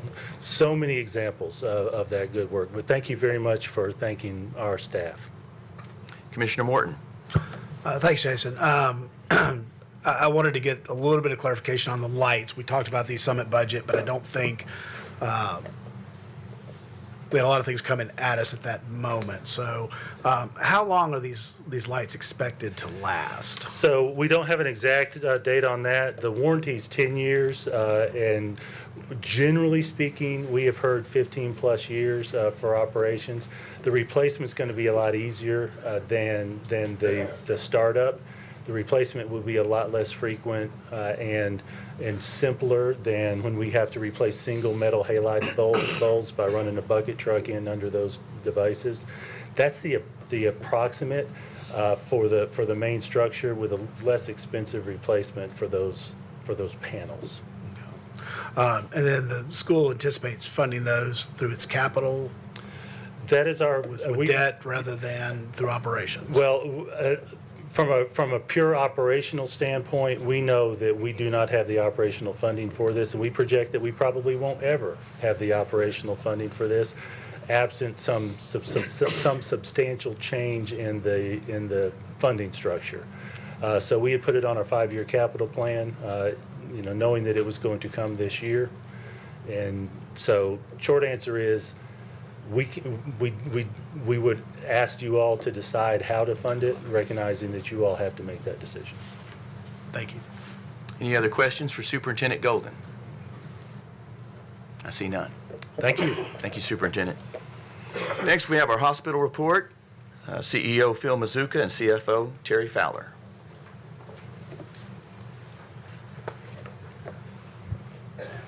Good evening, Mr. Chair and Commissioners. Before Terry gives his financial report for December, I wanted to update you on a couple things related to Williamson Health.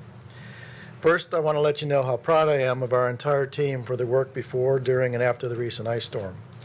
Thanks to their dedication and hard work in very trying conditions, we're able to fulfill our mission of meeting the healthcare needs of our communities. Leaders across Williamson Health met frequently in the days leading up to the storm to ensure we'd be fully prepared for all circumstances. Having these plans in place was critical during the storm and the aftermath. We did not miss a beat. Just a few examples of that commitment: additional clinical and dietary supplies are ordered and stocked to ensure continuity of care if deliveries were delayed during and after the storm. Facilities and maintenance teams began readying the campus, treating parking lots and walkways to minimize the impact of the ice storm.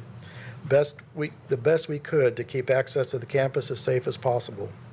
Environmental services and nutritional services teams took on additional volume, not only caring for patients, but caring for the more than 200 colleagues who were sleeping at the hospital to ensure our patients could be cared for.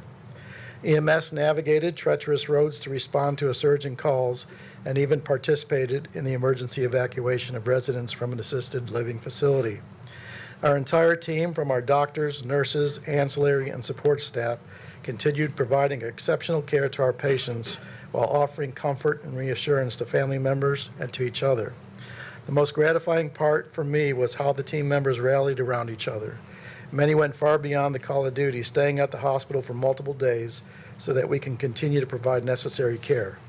Despite the difficult and exhausting conditions, they lifted each other up with professionalism, grace, and even moments of humor. It's a real testament to the culture that we cultivated. Now for a couple other updates. Last month, I mentioned we'd once again be offering the coronary artery calcium screenings throughout the month of February, which is recognized as American Heart Month. These are being offered at $65 self-pay fee and can provide information that can prevent a medical emergency. In the first week, we've already scheduled close to 200 scans. Last year, we scheduled over 1,000 scans for the month. You can find more information about the scans and how to sign up on our homepage or our website at williamsonhealth.org. This month, we're releasing 2 new cardiology focus segments on our Health Talks from the Inside Out podcast. You can find these and many other educational podcasts on the Williamson Health YouTube channel. We're also helping educate the community this month on how to perform hands-only CPR and the proper use of AEDs. These videos can also be found on the Williamson Health YouTube channel. Staying with the cardiac theme, we installed a new cardiac CT unit in December, and we're going live with advanced cardiac procedures in the next couple of weeks. The cardiac CT provides early detection of heart disease, improved risk stratification, enhanced procedural planning, and improved outpatient outcomes. We're also getting a new cardiac MRI delivered in late February and plan to go live at the end of March or the first week of April.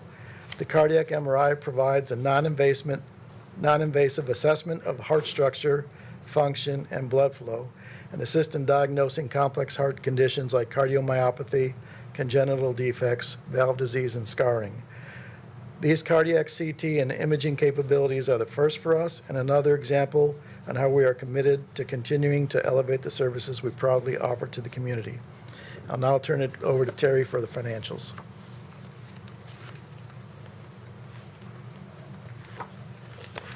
Good evening, everyone. Here's the financial results for December. From a volume perspective, December volumes improved over prior month. Inpatient admissions were 2% below budget and 13% below prior year.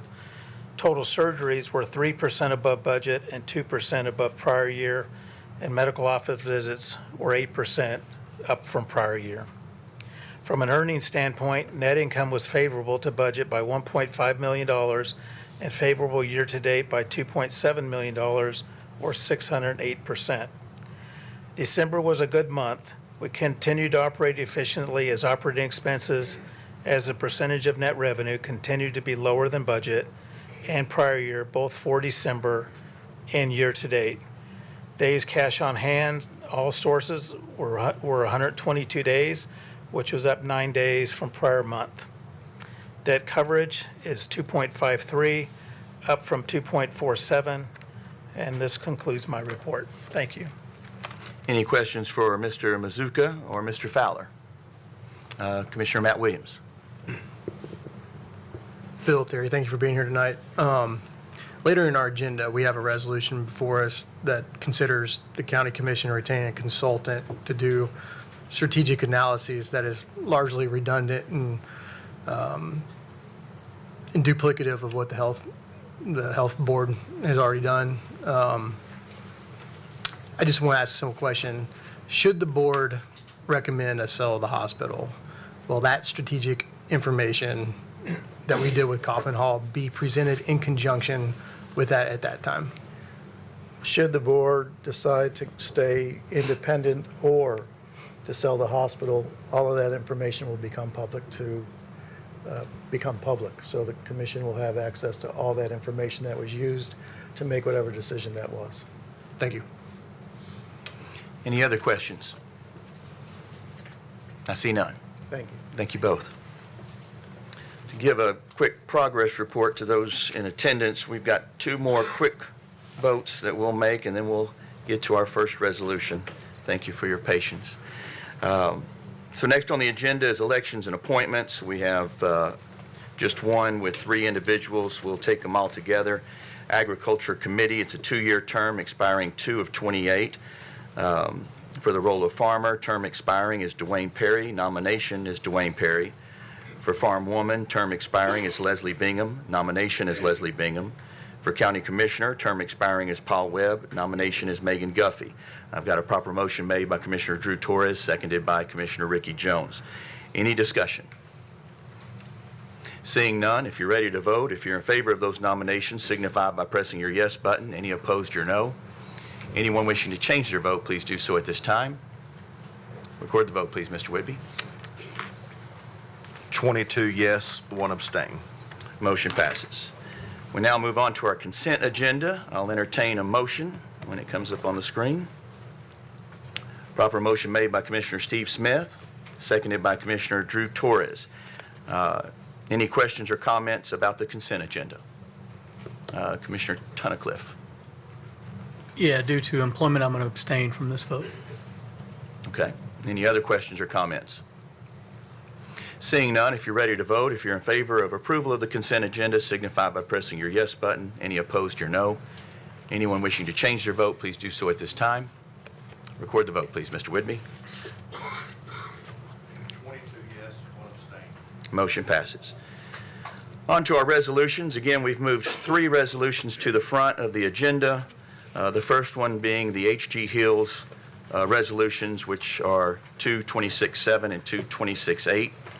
We'll then hear the annexation resolution 226-20, followed by resolution 226-19, and then we'll be back on track with the agenda as you have it. Resolution 226-7 An initial resolution authorizing the issuance of not to exceed $17,850,000 of general obligation bonds of Williamson County, Tennessee. Proper motion made by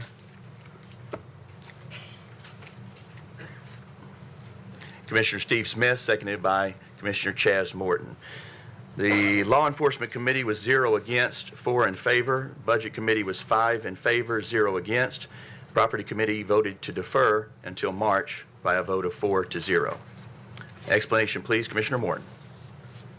Yes, as y'all have heard and will recall from the last couple of meetings, the opportunity to acquire the 7+ acres over on Columbia Avenue has come up.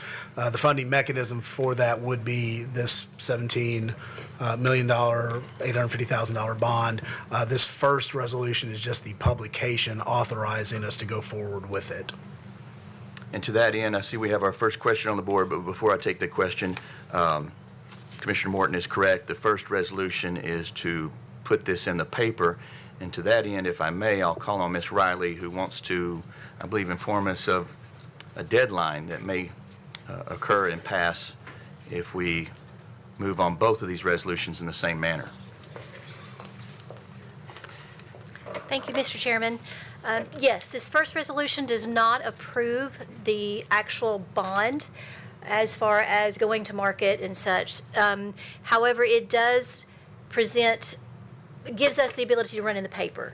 So we are required to run it in the paper for 20 days and have that publication run for 20 days in order to give our citizens time to be aware of the situation, to know what we're trying to do, and to give them time to respond accordingly. As you can see there in the bottom section, this is just for us to move forward so that we will move forward with that process without another month of delay. You can actually approve this one without approving the other one, or you can approve this. Well, you can approve this one and defer the other one. But this is just a timing. We usually have these separate months, but we put these together just to kind of help move the process along so we could get the information out to the public and give them an opportunity to respond if they choose.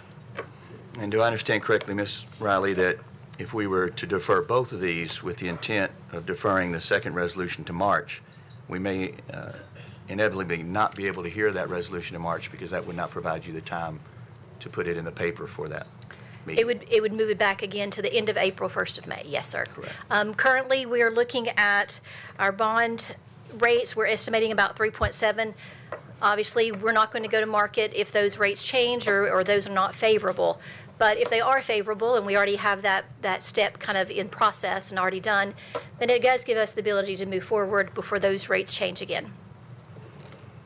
So if a commissioner's intent was to defer this resolution to 26.8 until March, they might not want to also defer to 26.7 because that would prevent us from hearing it in March. Correct.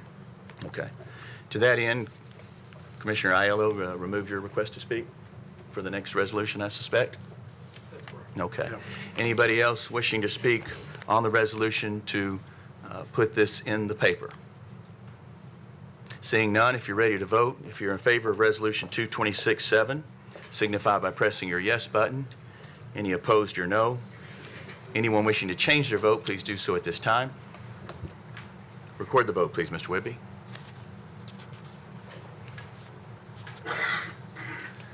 $11 yes, 11 no. And one abstain. Resolution fails. On to Resolution 226-8, a resolution authorizing the issuance, sale, and payment of not to exceed $17,850,000 of general obligation bonds of Williamson County, Tennessee, and providing for the levy of taxes for the payment of debt services on those bonds. Proper motion made by Commissioner Chaz Morton, seconded by Commissioner Jennifer Mason. The Law Enforcement Committee was 0 against, 4 in favor. 0 in favor, 4 against. Budget Committee was 5 in favor, 0 against. Property also voted 4-0 to defer this to March. Explanation, please, Commissioner Morton. This is the actual funding mechanism. However, since we're not publishing, I think this resolution's probably moot. Resolution stands on its own. You'd have to come back for publication in March. You would slow the process, but you can still vote on the resolution. Thank you. Questions? I have the first one from Commissioner Sean Aiello. Thank you, Mr. Chair. I know the commission has heard a lot about the Triple J Committee and the work that it did for not only the courthouses, but the Juvenile Justice Center and the Sheriff's Department. For those of you that weren't on the commission, back when this commission was put together, Judge Woodruff put together an excellent timeline of what we dealt with as a commission that ultimately resulted in a plan in 2020 that called for complete renovations of our existing courthouse to be done by 2023. That plan completely fell off this commission's radar. That plan was put together after dozens of meetings, over several years, thousands of money spent in planning that generated a 172-page report just for the courthouse. It's no wonder the judges are frustrated with us for not following through on the actions and the efforts that were well spent on the Triple J project. And it's also no wonder that we're now hearing from citizens, not only that are concerned about what our courthouse is, what the courthouse needs are, but where it's going to be and what that means for the future of not just Williamson County, but the city center as well. There are legitimate concerns raised regarding the acquisition of the property without input from stakeholders or full vetting and without any construction plans. It's apparent and should be apparent to the commission that there are needs of the courthouse that need to be addressed and need to be addressed soon. I'm currently preparing a resolution for next month to reinstate the former courthouse commission that was previously used for the addition that was created for the existing build-out of the courthouse that will pick up where the Triple J left off. This will be directed by the commission and will involve stakeholders from the judiciary, the DA's office, the PD's office, services, historic concerns, and other community organizations, and importantly, the city of Franklin. We've talked about parking issues, we've talked about expansion and plans, and I think it's important to have input and vetting from all of these interested groups. And this and revisions to the courthouse need to be examined by the commission to develop clear timelines, needs, actionable items, and goals to get courthouse improvements and perhaps relocation off the ground, such that the judges know that we actually care about this judicial system, of which our county is a shining example for not just the state, but frankly, I think the country. The level of support that we provide to this very important institution, I think, reflects our care for the rule of law and the judges that have given their efforts and the lawyers that practice here and the citizens that have come before us. So for that reason, I would support a deferral if someone were to make a motion for the same, pending examination by this hopefully newly formed commission. I have a motion to defer. Do I hear a second? Seconded by Commissioner Lawrence as well as a few others. To the next March meeting. To the March Commissioner meeting. So now I'll take questions or comments on the motion to defer. Commissioner Mason on the motion to defer? Understand the timeline, we're out of time because we voted to defer at property to the March meeting because we understood that we had 120 days from the time the contract was signed, and that was in December. So if we don't vote on this property by April, and you got to remember we don't meet in April, so if we don't vote on this property in March, we're out of time. And since the previous resolution failed, there's no way to do notice and vote in March. So essentially all of this is moot. The way I understand, the timelines have now been set up and knocked down. And so I just want to make sure I'm understanding that correctly, that we're under that 120-day timeline. We're not meeting in April. So if we don't vote it on March, we're out of time. But since the previous resolution failed, we can't vote on it in March. Am I correct? Council. I don't believe that's correct. You could still vote on the bond issue and the contract if that were your desire. You could execute that. You would still then need to file a resolution and pass a resolution for notice on the bonds. The payment is separate from the contract on the property itself. You would be delaying the ability to close on bonds until at least 20 days post the March meeting because of the failure to pass the previous resolution. So that would be your constraint. You would have to pass a resolution in March that said you were going to publish for the bonds, and you would have to approve the contract at the same meeting in March. And then you would publish after that. You could not issue the bonds until 20 days post-meeting in March.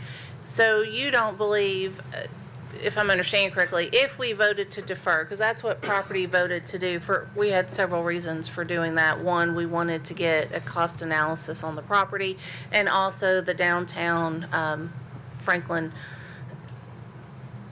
Society wanted chance to kind of weigh in and get feedback from the community. I just wanted to make sure if we do vote to defer, we are still able to pursue the purchase if that's what we decide to do in March. Yes, you would be able to comply with the contract and purchase the property, but you would lose the ability to issue bonds for a period of time. Okay, thank you. Commissioner Clifford on the motion to defer.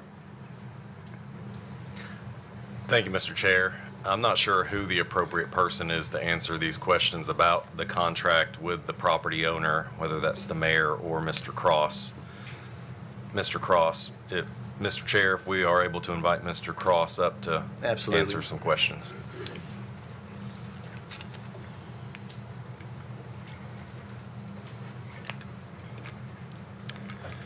The contract with the owner, I think, is the 120-day limit that we're speaking of. Can you tell us a little bit about what that contract is and if there are opportunities for us to either extend or renew that time limit if that time comes to pass?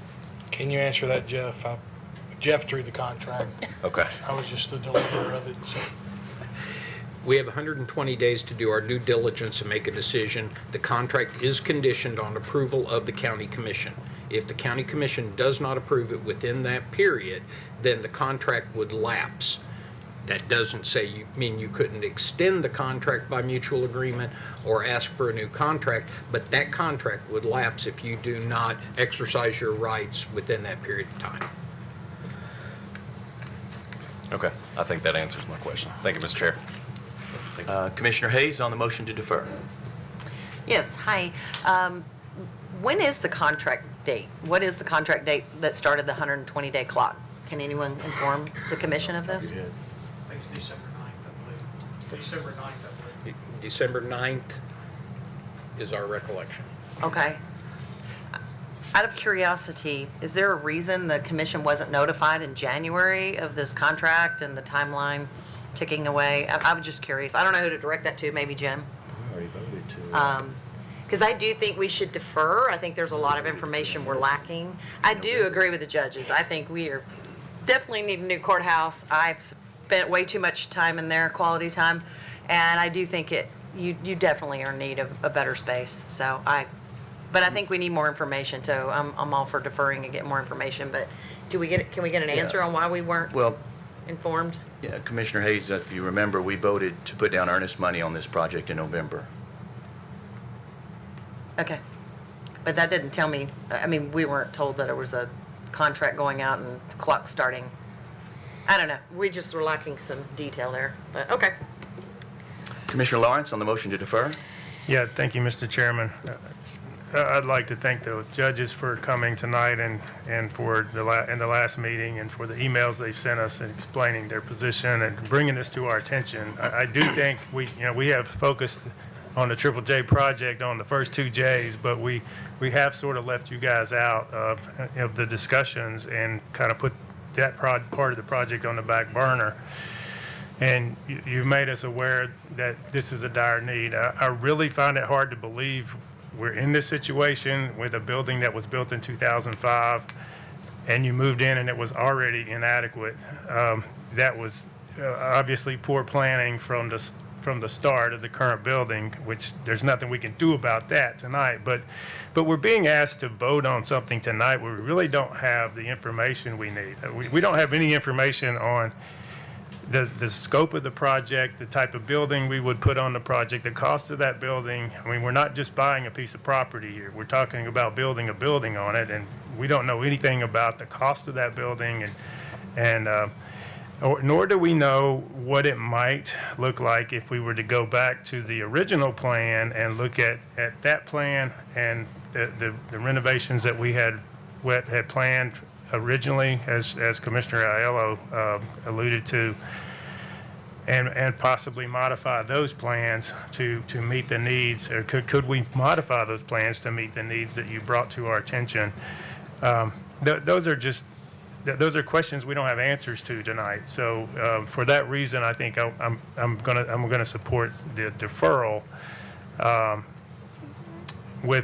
I think in any situation like this, I think that property's been on the market for a while now, so I do believe that we could probably get an extension on that if we needed to. We could start working on that now, but I think it's prudent for us, though, without the information that we need to defer this tonight. I believe Mayor Anderson wishes to speak. Mr. Chairman, it's appropriate, I think, if you would, since we got the group, and it looks like you're going to get a consensus on the deferral. And I think it's important for you to hear Jim and Jeff, wherever he got to. Is he still here somewhere, Jim? Yes. To hear a little bit of things, hear about the report. If you all will remember, when we did the JJJ, we were interrupted a couple of years by COVID. But then the jail, the juvenile, all of those costs added up to a very sizable number that you were struggling with. I'm thankful to the judges and all the courthouse people for letting us delay until this time. We told them we would come forth with that. And so that's where we are. You can listen to Jeff if you would allow it, Mr. Chairman. Absolutely. And to Jim, because the owner, which we will, let me say this, Kevin just told me we'll have the report, the appraisal back on this within 3 weeks. We will meet the March deadline for the current appraisal. But you need to hear the full story of why it's dire that we do something for our judges. It's security is number one. And the ability, Judge Taylor told me the other day, just the wait time to get into the queue to get into the courtrooms now for domestic violence and all of the things we deal with, that he deals with, it's critical. Now, we're not going to be, if we started on it today, if we find another location, and if you don't like the one, that's fine. We'll try to find another location. But these men and women, we met over a period of time looking at different locations out there that would become available. Nothing was said that we were going to sell the historical courtroom or the other one. We don't have those answers now. It's a process you go through. This land that's being offered to us is just one step of that. It's not my idea. It's not Jim's idea. It's nobody. It became available. I understand Franklin wanted to preserve it.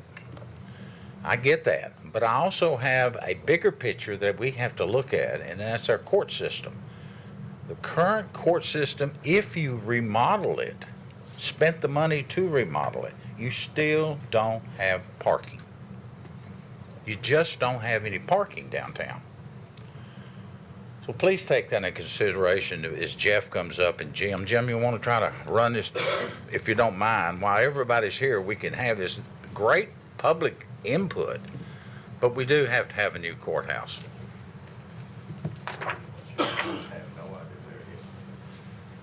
I'll just quickly say while Jeff's coming up, just so you know, we have had a Phase 1 environmental done on the property, which came back clean. We have a boundary survey, a topo, and an ALTA survey that's due by the end of this week. And we are investigating utilities to the site. We had a call with the city today to talk about that. And Gresham Smith, who is our architect, who you're about to hear from, Jeff, who's doing the other projects, has done some test fits and layouts on this site, and it definitely will hold the plan for the courthouse and give a lot of future expansion down the road. So hopefully we don't have another courthouse when they move into it that's not adequate enough. So Jeff can explain what was the master plan was in 2019. Okay, thank you. I'll try to do a quick overview of the master plan, and then obviously any questions for any specific items that you're interested in. So when we did the master plan in 2019, First of all, the plan was set for a horizon of 2044, so it was a 25-year plan. We're now about 6 years into that, so it's a less than 20-year plan at this point. But the focus of the study was to try to determine how we could accommodate the growth that was anticipated for the court systems, the needs of the county over that period of time, and do it within the existing county real estate downtown. So that included the existing historic courthouse, the annex, and what we still refer to as the new judicial center. One of the challenges was always parking, and because there was no real option to create a dedicated parking solution, parking was effectively left out of the plan as a strategy. It was always understood to be an issue, but fitting it within the larger context of downtown Franklin was outside the boundaries of our study. But our focus on the facilities themselves, I'll say that we did find a way to fit the required program into the site and existing facilities that we had to work with. But I think I described it before in here as being somewhat of a tortured plan, in that you have 3 separate buildings. 2 of them are connected to the third by a long elevated hallway. You have an existing building, the new judicial center, that does in fact face all of the operational concerns and efficiencies and limitations of capacity for expansion built into it that the judges described earlier. And you also have 2 historic buildings, the historic courthouse and its annex, that are really not designed to accommodate a modern approach to security and separation of pathways of users from the public, the detainees, and the judges and court staff. So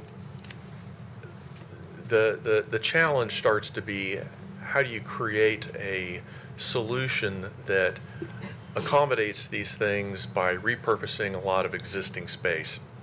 And while I would say that it's feasible to do so, we found that it created a fair amount of inefficiency in the plan, a lot of additional circulation.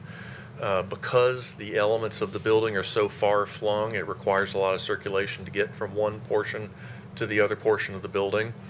And then challenges in flexibility too. Some courts ended up being so remote that they could never be ever repurposed effectively for, let's say, a criminal proceeding where you might have a detainee that needs to follow a secure pathway. So there were limitations in the long-term flexibility of the facility as well.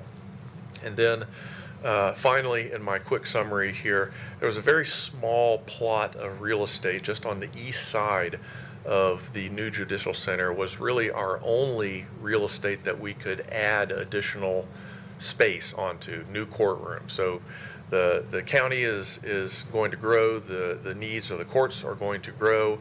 There will need to be new courtroom spaces that the existing facilities do not have the space to accommodate. So new footprint was required. And that new footprint could only fit in one space. And that space, as well, as you would guess, is also fairly far-flung and doesn't really fit very nicely into, or efficiently, into the existing facilities circulation plan. So we found again that we would have some struggles in getting people and detainees and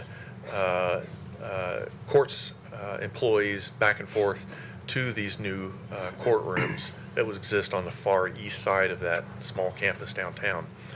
And then finally, I guess I would add that once this expansion was made, there was effectively no place else to expand after that. So once the program reached the end of its 25-year or 2044 lifespan, there were effectively no other options to expand beyond that in that location. And I'll stop there.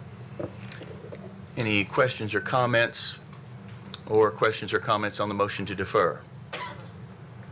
Commissioner Sturgeon. Yeah, it seems from the discussions we've had so far that we're saying, You pull your mic down. do we need a courthouse or not? A new courthouse or not? And I would say, yes, we do. But I haven't heard any reason why it needs to be on this property. I haven't heard anything that explains to me why it's got to be that, or why we should be paying over $3 million an acre for this property. I haven't seen any comparables. I asked at the budget meeting. I was hoping to see them tonight, but I haven't seen them. So what is deferring kind of keeps this property still alive.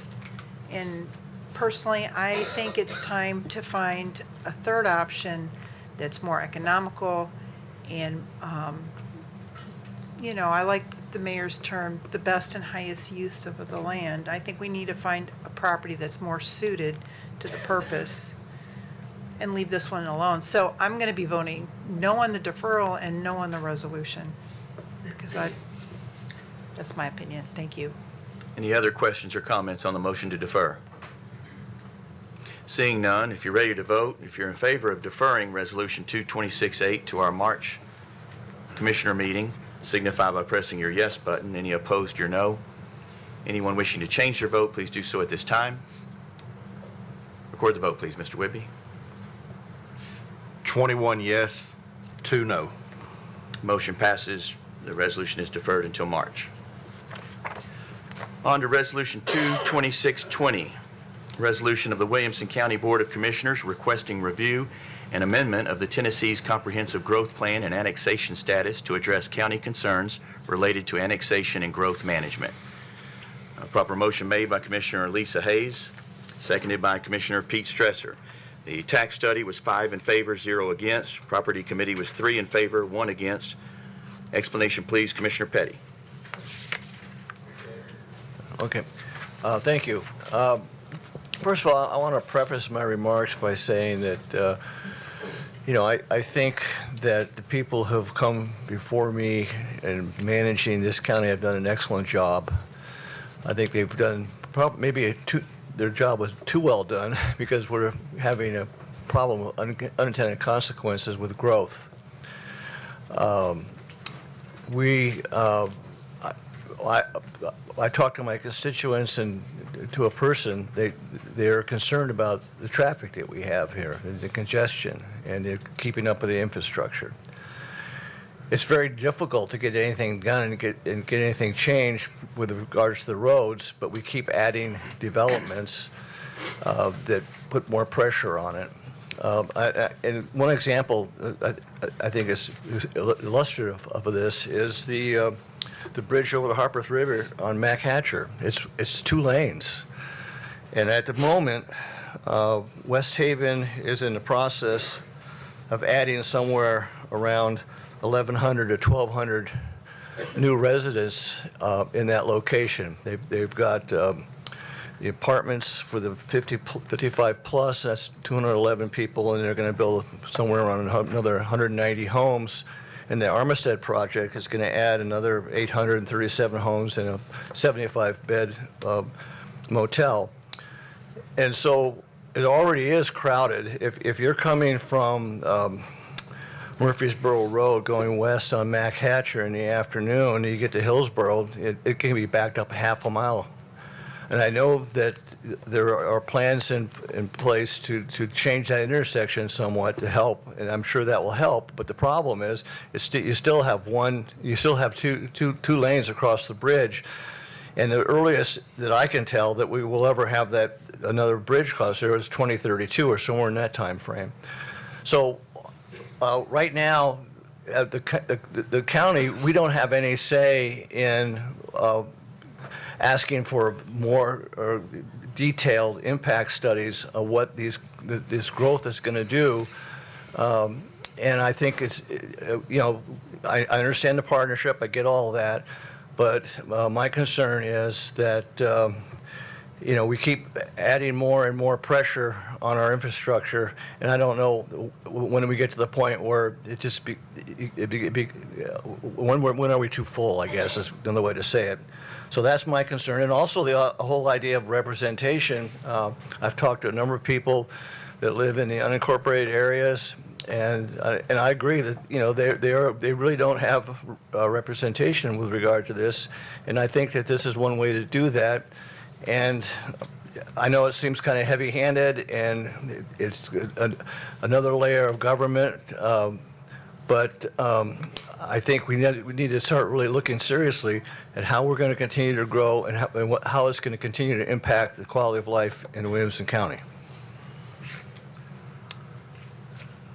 Question or comment from Commissioner Lisa Hayes. As a co-sponsor, I feel very strongly about this. I want to have a great relationship with our cities. Obviously, they are very important. We get lots of tourist dollars from them. But we have to remember that our citizens that live in unincorporated move there for a reason. They want a voice, and I am one of their voices, and I live in unincorporated, so I understand. I don't want to be forced into a UGB. I don't want to be annexed. I live where I live because I don't want that, and I think they deserve a voice, and I think we do need to have a better management plan. I think one of our wonderful constituents, Ms. Curtis, proved that we had an interlocal agreement and it was sidestepped. So I really think this allows us to have a fair footing for our unincorporated residents. I think it's long overdue. And I would really appreciate your support. And if you have any questions, feel free to let us know. Commissioner Herbert. There are parts of this. Am I speaker on? Yes. Okay. There are parts of this resolution that I'm for, and parts of it I'm not that crazy about. But to give a little history of this, Chaz and I were on the UGB committee that went on for 2 years. We thought it would never end because we had a couple of cities, most of the cities were great to work with. If you didn't want to be in the UGB, they did not put you in. They respected the citizens' voice. But there were a couple of cities that didn't do that. They wanted to take in these huge amounts of land and put it in their city. And not until the CARE group, our yellow shirts, got involved did they start listening to what the residents were saying. One city finally broke down. I guess they couldn't take the pressure anymore and did not put anybody in their UGB that did not want to be, which I was thrilled with. But there was one city that continued to fight it. And it was terrible because they basically told people in the UGB, there was one person that was wanting to build a house on their property, and they were told by a employee of the city to not do that because they'd eventually get a road through their property, even though they were in the UGB. And then you had somebody that's land had been in the family for 100 years. They did not want to be in the UGB. They were never going to be in the city. The city didn't have the law right now, the right to make them. And I feel like that is the property owner's rights to do what they want with their property, and a city should not force them to be in the UGB. So I'm going to have to vote yes for this, even though I didn't agree with everything in it, because I believe in property rights owners. Thank you. Commissioner Lawrence. Thank you, Mr. Chairman. We had an extensive discussion about this the other night in the Property and Tax Committee meeting, and one of the things I mentioned was I actually read a review of this resolution that was done by the Franklin planning attorney, and she actually agreed with many points in here and didn't have a lot of problems with most of it. The one issue that I think is a problem is number 4 regarding the urban growth boundary. And so I would like to propose an amendment to that to change that language a little bit to make it a little more clear and prevent what would be essentially the opposite of spot annexation. So what I would like to say is instead, basically take out the wording of resolution or the point number 4, and replace it with this language. Upon the request of the property owner, allow for the removal of property located on the outer borders of the UGB if the property has been located in a UGB for 15 years or longer and has not been proposed for annexation. So this would prevent cities from taking in big chunks of land as some of them did in our discussions, and just letting it sit there for an indefinite amount of time before they annex it. We've got people in this room tonight that are in that situation where they've been in the UGB for 20 years and there's never been any proposed annexation, and those people need to be able to request to be removed. If the city's not going to do anything to move that into the city, then they need to have an option to get out. So I would propose to change that language to make that a little clearer about what we're asking for there. Would you repeat your motion? Can you repeat Okay. your motion, please, Commissioner Lawrence? Upon the request of the property owner, allow for the removal of property located, I would say, I'm going to change it to this. Removal of property located adjacent to the border of the UGB if the property has been located in the UGB for 15 years or longer and has not been proposed for annexation. And this is to replace number 4 or in Yes. addition to number 4? Yes. Okay. I've got a proper motion. Do I hear a second? It fails to get a second. No. Oh, I'm sorry, Commissioner Stresser. Okay, I have a proper motion and a second to change number 4. Do you guys need to hear that again to get it loaded? Well, there's no way she's going to load that. It'll just be an amendment by Commissioner, proposed by Lawrence. Okay. You don't have that in writing? I did, yeah. I can email it to you. Well, you need to email it to the clerk, please. Yes. Or Jamie, Jeff Whitney. or Jeff Woodby, either one. All right, questions or comments on the motion to change number 4? The verbiage is coming. Commissioner Sturgeon. Thank you, Chairman. I'm curious, this amendment says that if you've been in the UGB for 15 years or more, you can ask to be taken out, correct? So what happens if you haven't been in there for 15 years? You don't have a choice, right? I'm trying to understand the thought behind the amendment. Well, can I answer that, Mr. Chairman? Yes, you can. Okay, thank you. We had a process, which we went through, which was an arduous process, as Commissioner Herbert said. It took 2 years. The municipalities asked for what they wanted. We went back and forth. Some of them did take properties out of their UGB. I think some of us felt like they were asking for more than they should have taken in some cases, and they probably won't develop it within the next 15 years. So if they're not going to do anything with it, then they can ask to be removed. Now, there actually is a process right now that you can ask to be removed from the UGB. And that would be to go to the committee that has been formed, the growth committee, and that meets every 5 years. And you can request formally to be taken out of the UGB. What we're talking about here is at the state level. We already have a process in place at the county level. So you can ask to be removed from the UGB if you want to at the county level. We're just asking the state to encode something in the law that gives people inside an urban growth boundary an opportunity to get out. So this is state law we're trying to change here. The implication is if they really want to develop your land, then you have to stay in the UGB, and then that expires in 15 years. Correct. That's your intent? Well, Except for grandfathered in or again, this is state law. You actually have an opportunity to get out if you want to in the county. If you want to request that from the growth committee, you can ask for that to be You could ask, but taken. they could say no. Right. Yeah. But this gives the state, if we have state law, that gives it more teeth.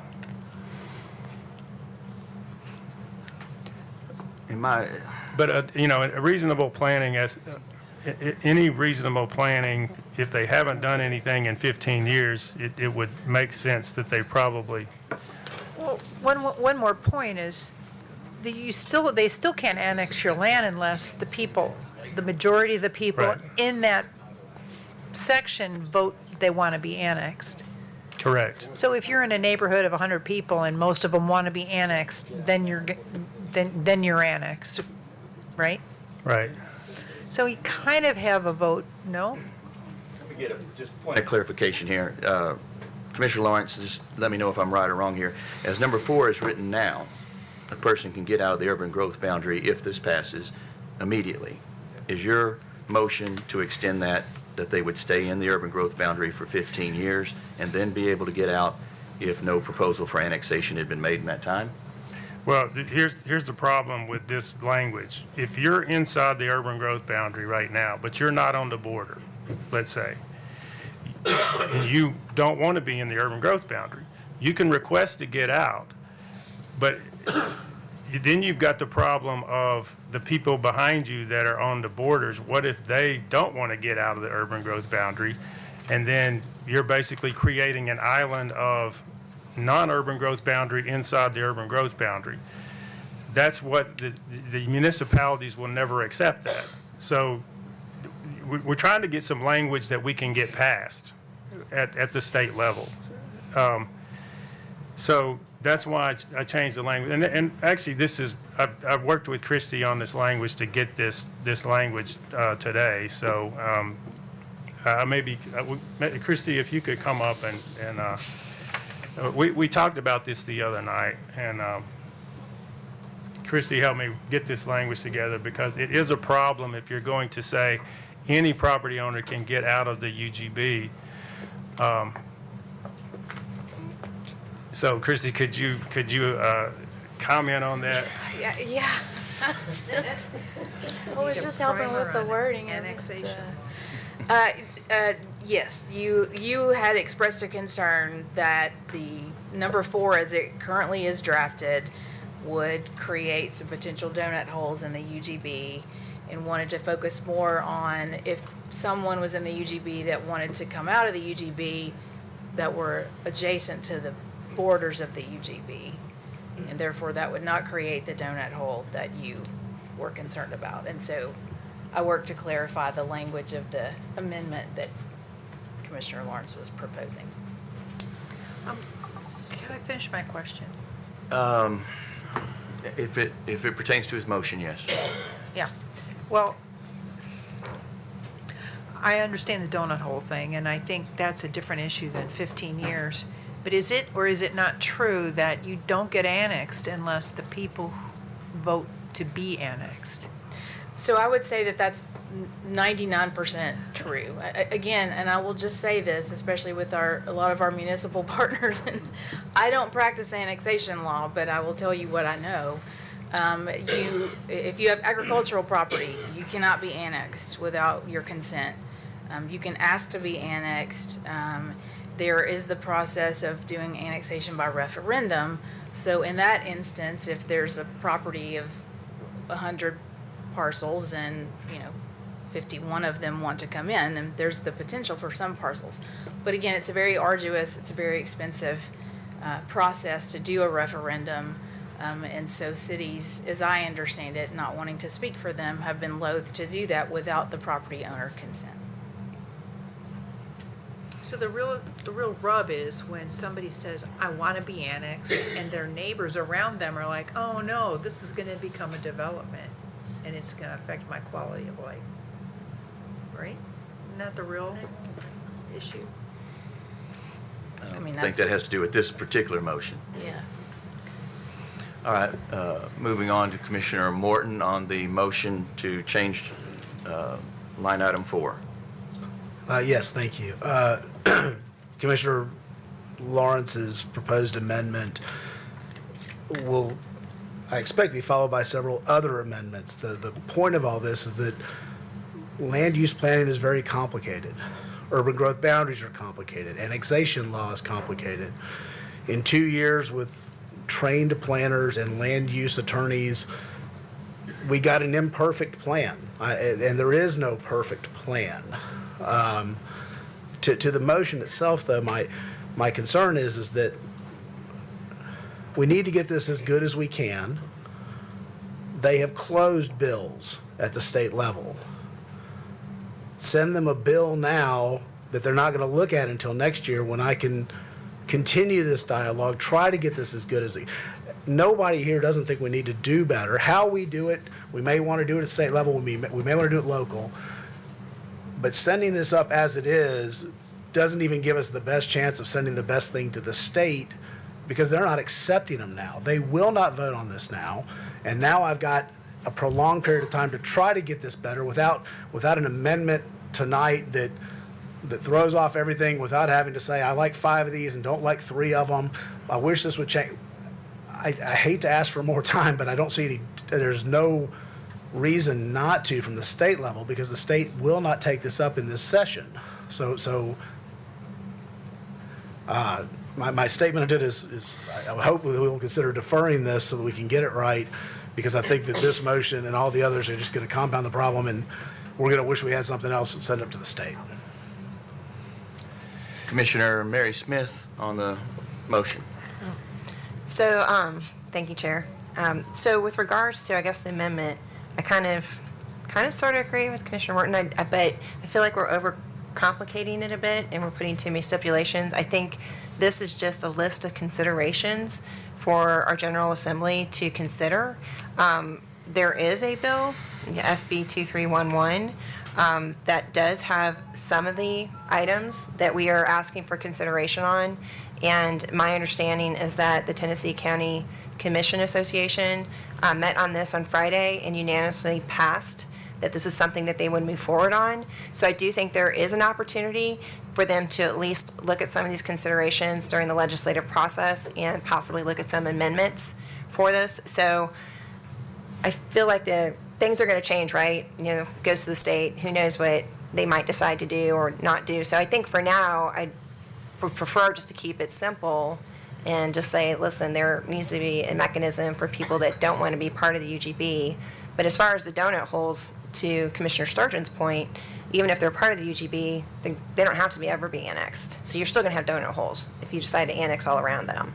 So I'm not really sure that this solves for the donut hole, issue. So I would propose to not vote yes on the amendment and just take the considerations as they are.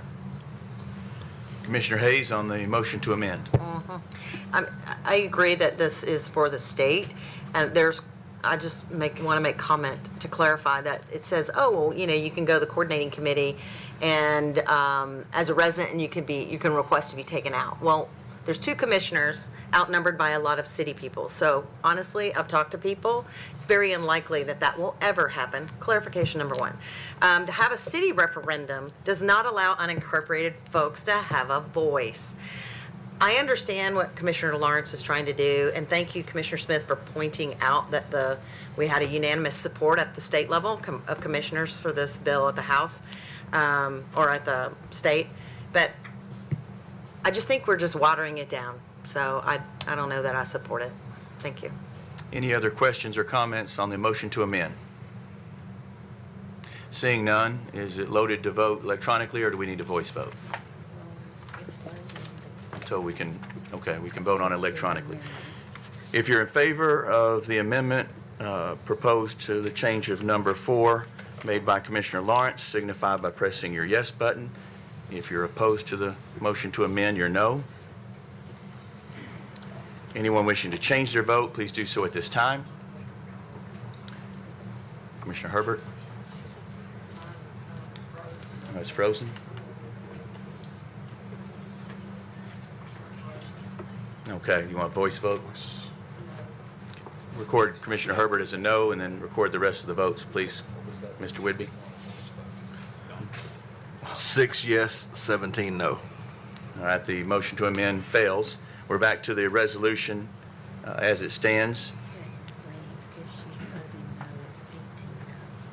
Oh, yeah, and if you're, is the math right on that, Commissioner Whitby? Was it 18 no with Commissioner Herbert's voice vote, or was that?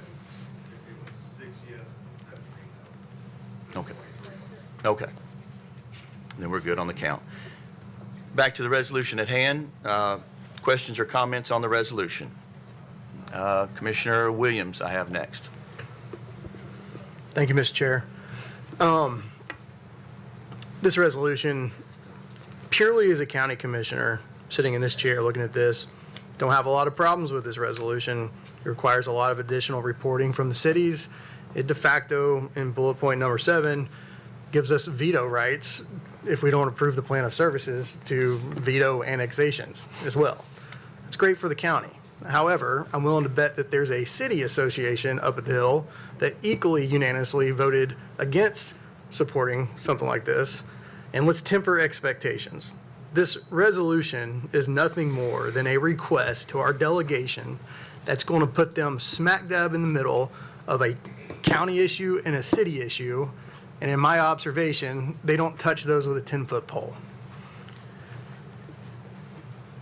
There's a couple of things missing. If you go back, it was the mid-2010s, the annexation law was amended that allowed not just citywide referendums, but allowed annexations to happen with property owners. And in my opinion, that's largely when the problem started, because cities could start annexing based on just kind of sniping certain properties.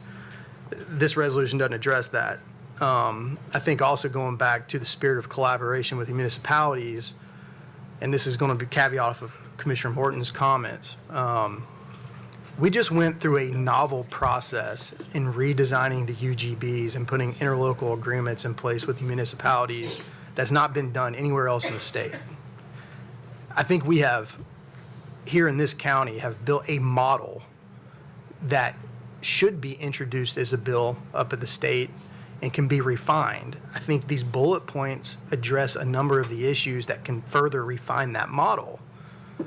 But what I would prefer to see is our delegation bring forward a bill that models what we just did with all 6 municipalities and try and encourage a statutory requirement statewide to expand that model and also improve upon it. Because these are things that we're encountering now that since we've gotten the plan in place, we're addressing, oh, wait, okay, there's a pain point here and there's a pain point there. I'm not saying that these points are mute. I'm just saying we have to recognize that there's a snowball's chance that this is going to pass at the state level because you're putting our delegation between county interest and city interest. And instead, we need to approach it with just like we did with our neighbors in the county in a collaborative way. And it would be a better bill that I would like to ask our delegation to support. So if forced to vote on this tonight, I'm going to vote yes, right? Because it's purely in the county's interest. But we have to temper expectations as to what we're actually accomplishing with this resolution. Thank you. Commissioner Sturgeon? My question is, or my thought is, I mean, I understand what Commissioner Morton is saying about they're not taking any new bills right now in the legislature. Maybe the timing should be later. I understand that, but I'm thinking if we already have a bill that they're looking at, we pass this one, it would tell the legislature that we think we need an improvement and that people in the unincorporated county do need to have some recourse, some representation in the process. So if that's why I'm thinking it's right to pass this so that the legislature, what it's working on now, that they can modify it or understand that Williamson County is behind the process to improve it. So I guess that's more of a comment than a question. Commissioner Lawrence? Thank you, Mr. Chairman. I want to thank everybody for coming out tonight and for being so diligent over so many years, really, and this group that has been making us aware of issues in their areas, and also concerned about their own quality of life in the areas where they live. And one of the reasons I brought that amendment was because that was, after the city attorney looked at this, at the city of Franklin, that particular issue was the only issue that she really pushed back hard on. And so what we're trying to do here is to get something that will pass at the state level. And so that's why I suggested modifying that. But I think Commissioner Williams is probably right. It's unlikely that we're going to see a lot of change at the state level that you're going to want to see. So that puts us back to the county level.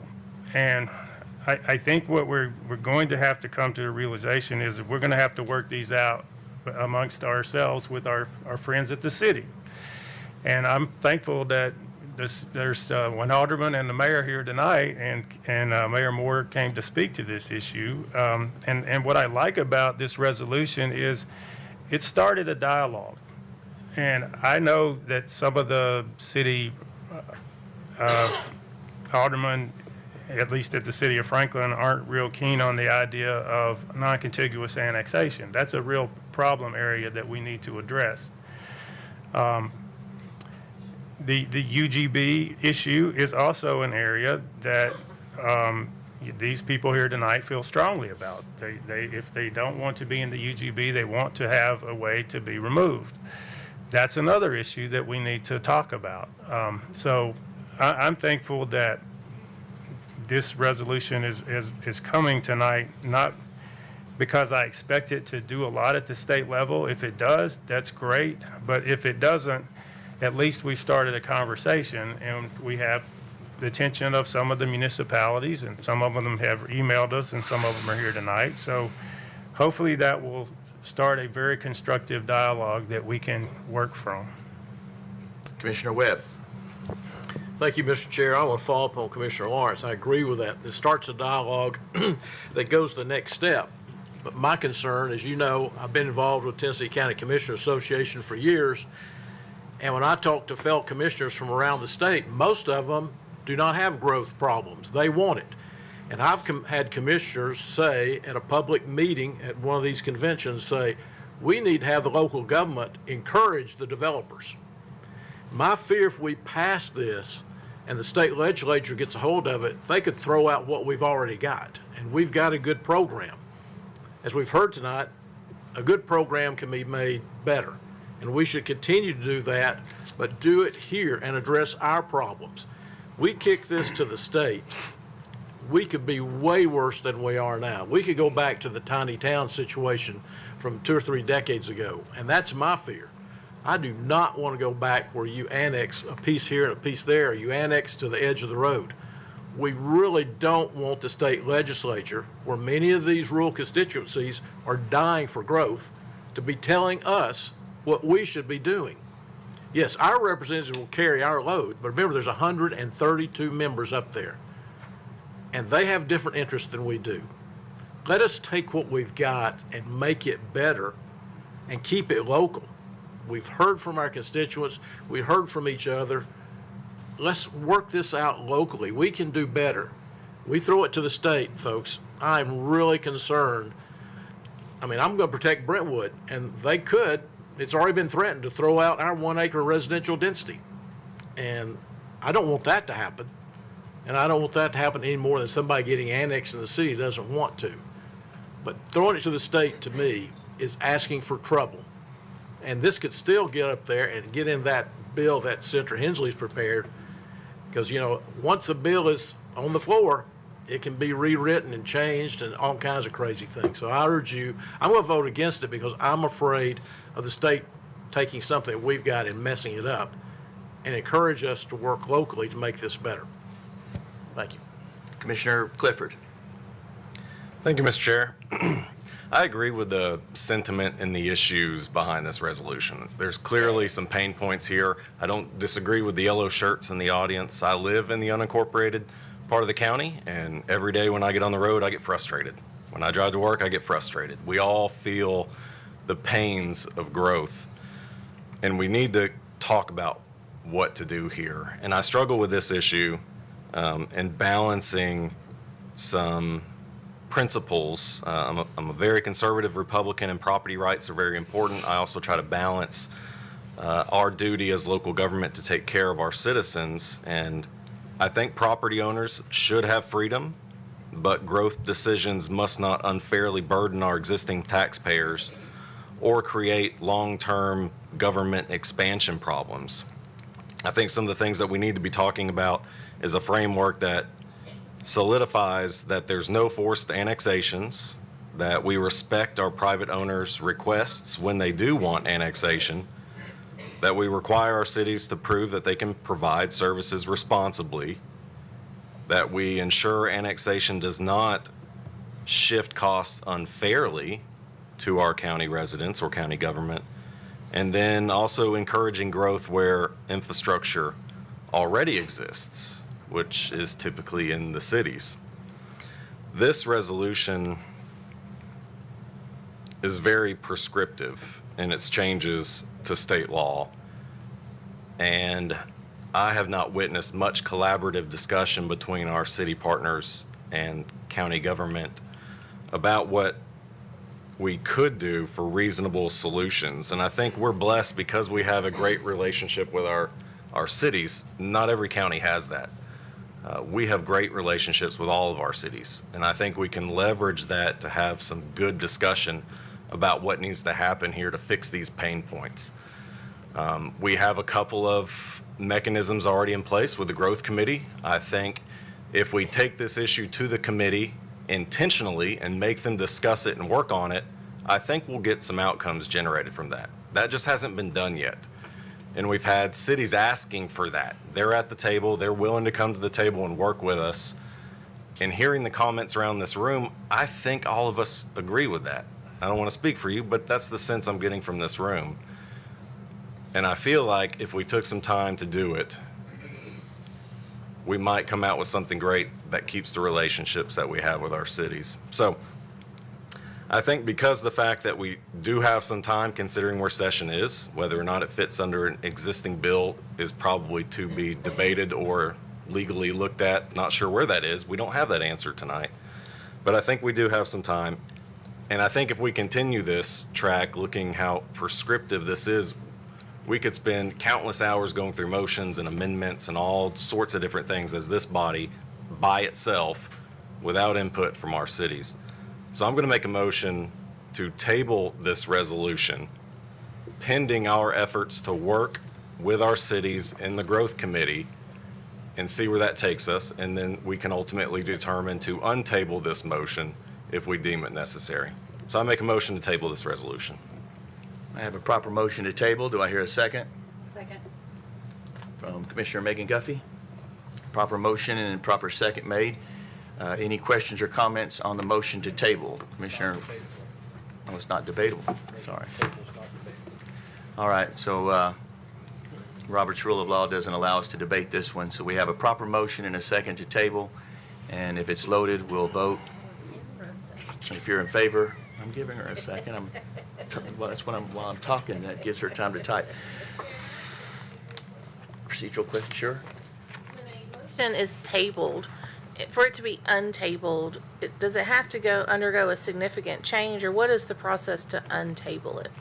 A motion that lies on the table may be removed from the table at any time by motion and majority vote.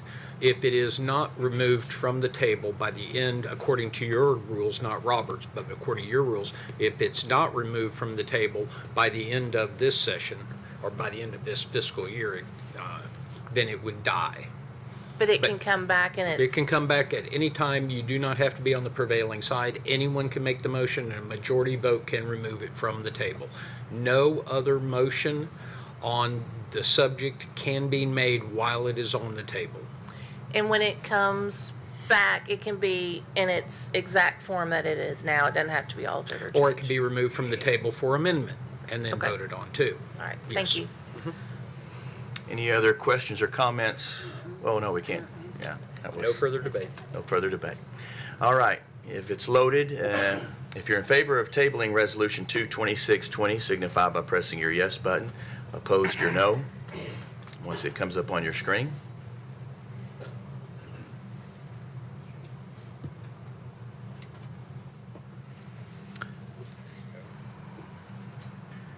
So So again, if you're in favor of tabling it, press your yes button. Opposed, your no. Anyone wishing to change their vote, please do so at this time. Record the vote, please, Mr. Whitby. 9 yes, 14 no. The motion fails. Back to the resolution 22620. Any further questions or comments?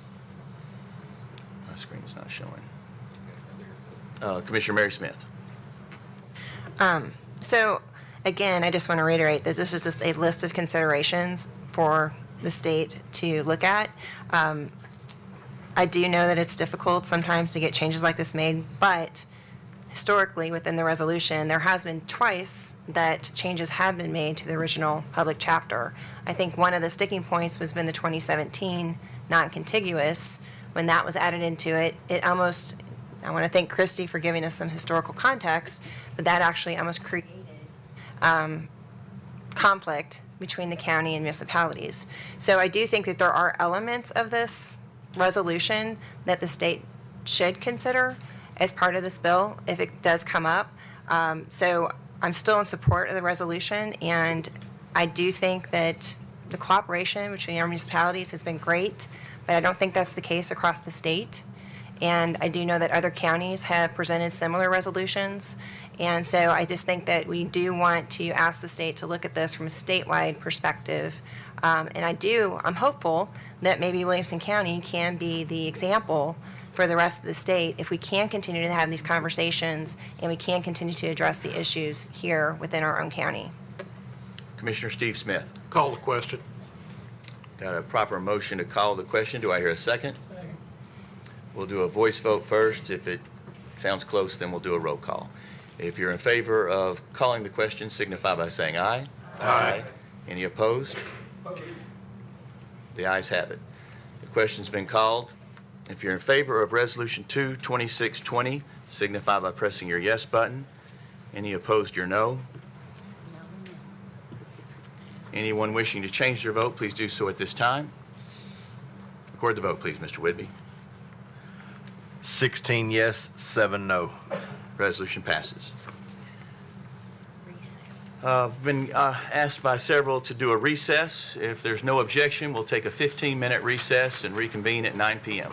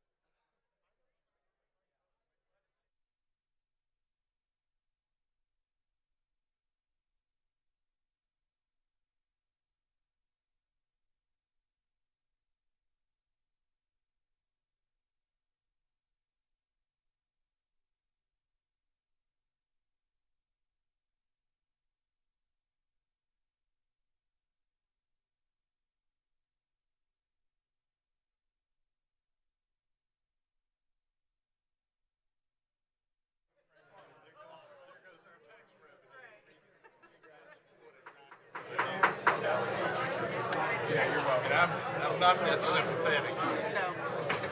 If everyone can start making their way back to their seats, fellow commissioners will reconvene.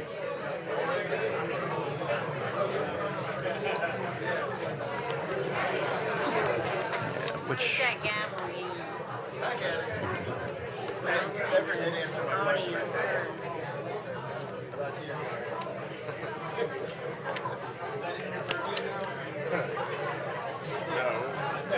Bang, bang, bang.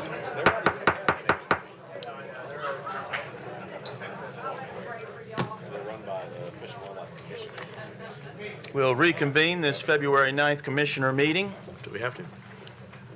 Their first resolution. Before we went to recess, there was another resolution that we had opted to move up to the front. That one being Resolution 22619, resolution creating a Williamson County Fire Rescue Task Force to study current and future fire protection needs in Williamson County. Proper motion made by Drew Torres, seconded by Pete Stresser. Budget Committee was 5-4-0 against to defer. Law Enforcement was 4-0 against to defer. Explanation, please, Commissioner Petty. So the University of Tennessee is going to be doing a study on our fire situation. It's going to be about a 6-month study. And so at the meeting the other night, we decided to defer my resolution and let them do their work. They recently did one for Knoxville, and it's very detailed. It's very well done, and it's not going to cost us anything to have that done. And once that's finished, then we can talk again about having our task force to kind of tailor everything to our county and, put things together. But so I support that 100%. But before we go any further, I want to recognize a person here tonight. About a month and a half ago, a young lady by the name of Victoria Gildenberg emailed me, and she said, well, I want to learn more about, how decisions are made, politics and running government, et cetera, et cetera. I'm very interested. So I had a chance to meet with her and her mom, and we had a very nice conversation. And I said, well, we're going to be talking about doing this, changing from volunteer to paid firefighters at some point. It's probably going to, I think it's very highly likely it's going to happen. I don't see any reason that it won't. So could you do a report? When she said, I like to do research, I said, would you like to do a report? Well, she did. I have it right here. It's 9 pages long. And she goes into population growth and annexation trends, volunteer fire department in Tennessee, case studies. Let's see what else. A full transition process, budgetary implications and funding strategies. That's important, right? Pros and cons of transition to a paid fire force. Phase versus full implementation and conclusions. It's extremely well done, and anybody that's looked at it says, boy, this is really professional kind of quality work. So I would like Victoria to stand, if she would. And she goes to Ravenwood High School, and she is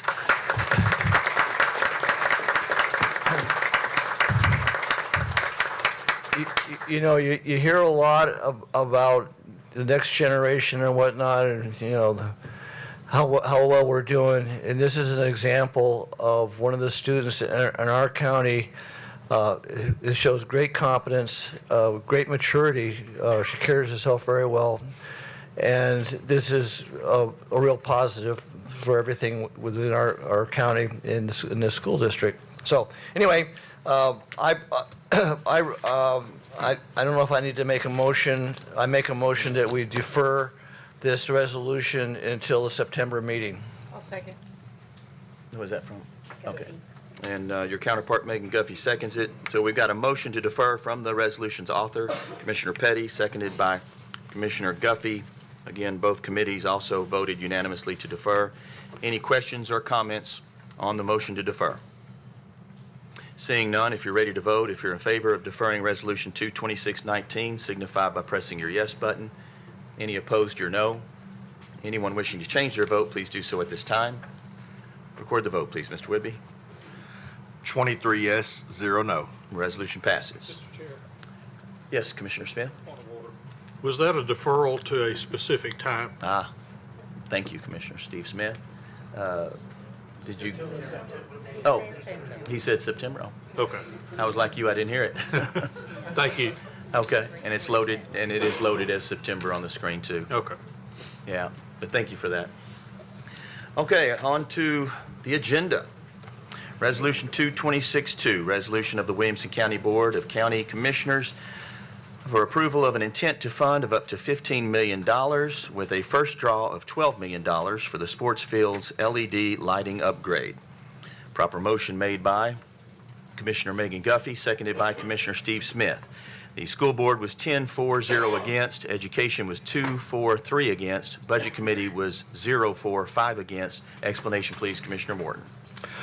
Yes, these are lighting upgrades for the athletic fields at the county high schools. I'd asked a question to Mr. Golden, y'all may have heard, about whether or not these were capital and the expected lifespan on those. In full disclosure, budget voted unanimously against this. Concerns about budget and the guidelines that we will be proposing this year make it look like a very tight year. That is certainly not to say that this is not a worthwhile and needed endeavor, and the question a little bit was on timing. So I think the questions of how long TVA lasts, the anticipated savings with not having to replace the old halogen bulbs probably need to enter into it a little more than we got to get into at budget. So that's my explanation. Any questions or comments? Commissioner Tunnicliffe. Yeah, if Superintendent Golden, can you address the TVA discount and time frame for us, please? Thank you, Commissioner. Based on our conversations with TVA, we estimate that we have the opportunity for a rebate of somewhere in the range of $1 million, maybe up to $1.1 million. They have not given us a deadline, not given us an end date.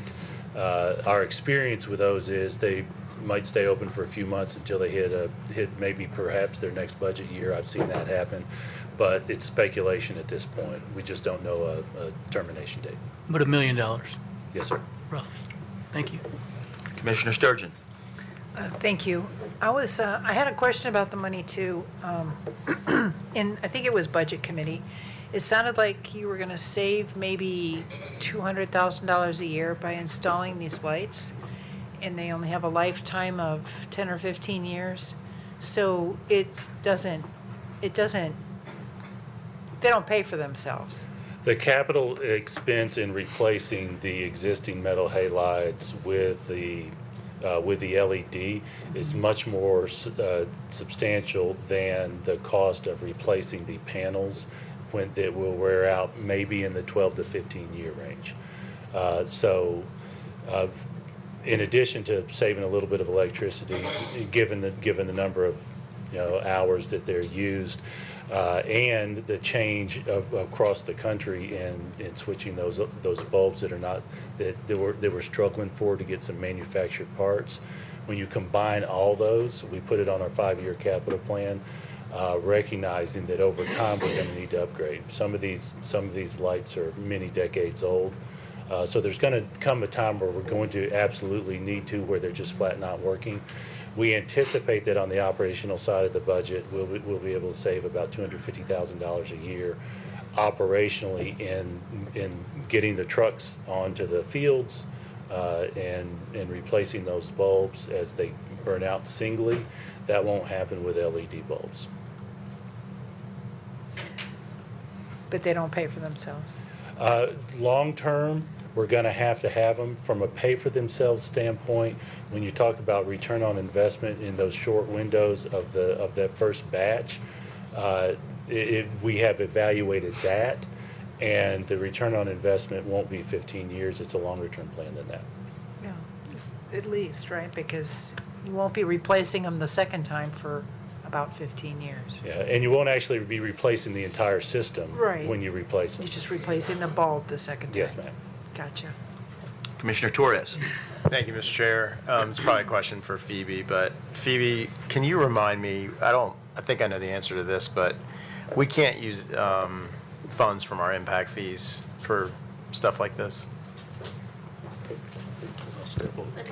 That is correct. That's for education impact fees for growth only. Got it. Thank you. Commissioner Williams. Superintendent Golden, how many fields? 41. That's football, baseball, softball, tennis, soccer. Yeah, then the resolution, it talks about this would happen over a 3-year period and doing all 41. Is there an appetite at the school board to potentially phase that out over a longer period of time to reduce the overall number each year that you're asking for? Of course, the vote was for this. We recognize that you all are the funding body. If you all decide to do a partial funding, we'll set some priorities. We actually have done that with other projects from time to time, and I know that you all know that some of our larger projects have gone over the course of multiple years, our theaters, that kind of thing. So my ask is for all, but I recognize that if we got some partial funding, the savings from TVA would of course be proportionately less, but anything to get us on the road would be appreciated. I think I'd almost prefer like we replace it on an as-needed basis, so as they, as the current lights expire, then replace them with the newer ones opposed to just all at once. Well, it's hard to know where the as-needed is because right now, some of the manufacturers of some of those replacement parts have stopped producing. So we wait, we scan the internet trying to find the replacement parts. So it's hard for me to say, okay, we've got an absolute need now.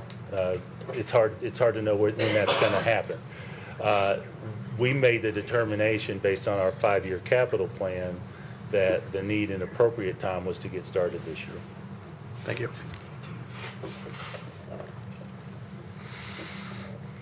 Thank you, Mr. Chair. Commissioner Petty.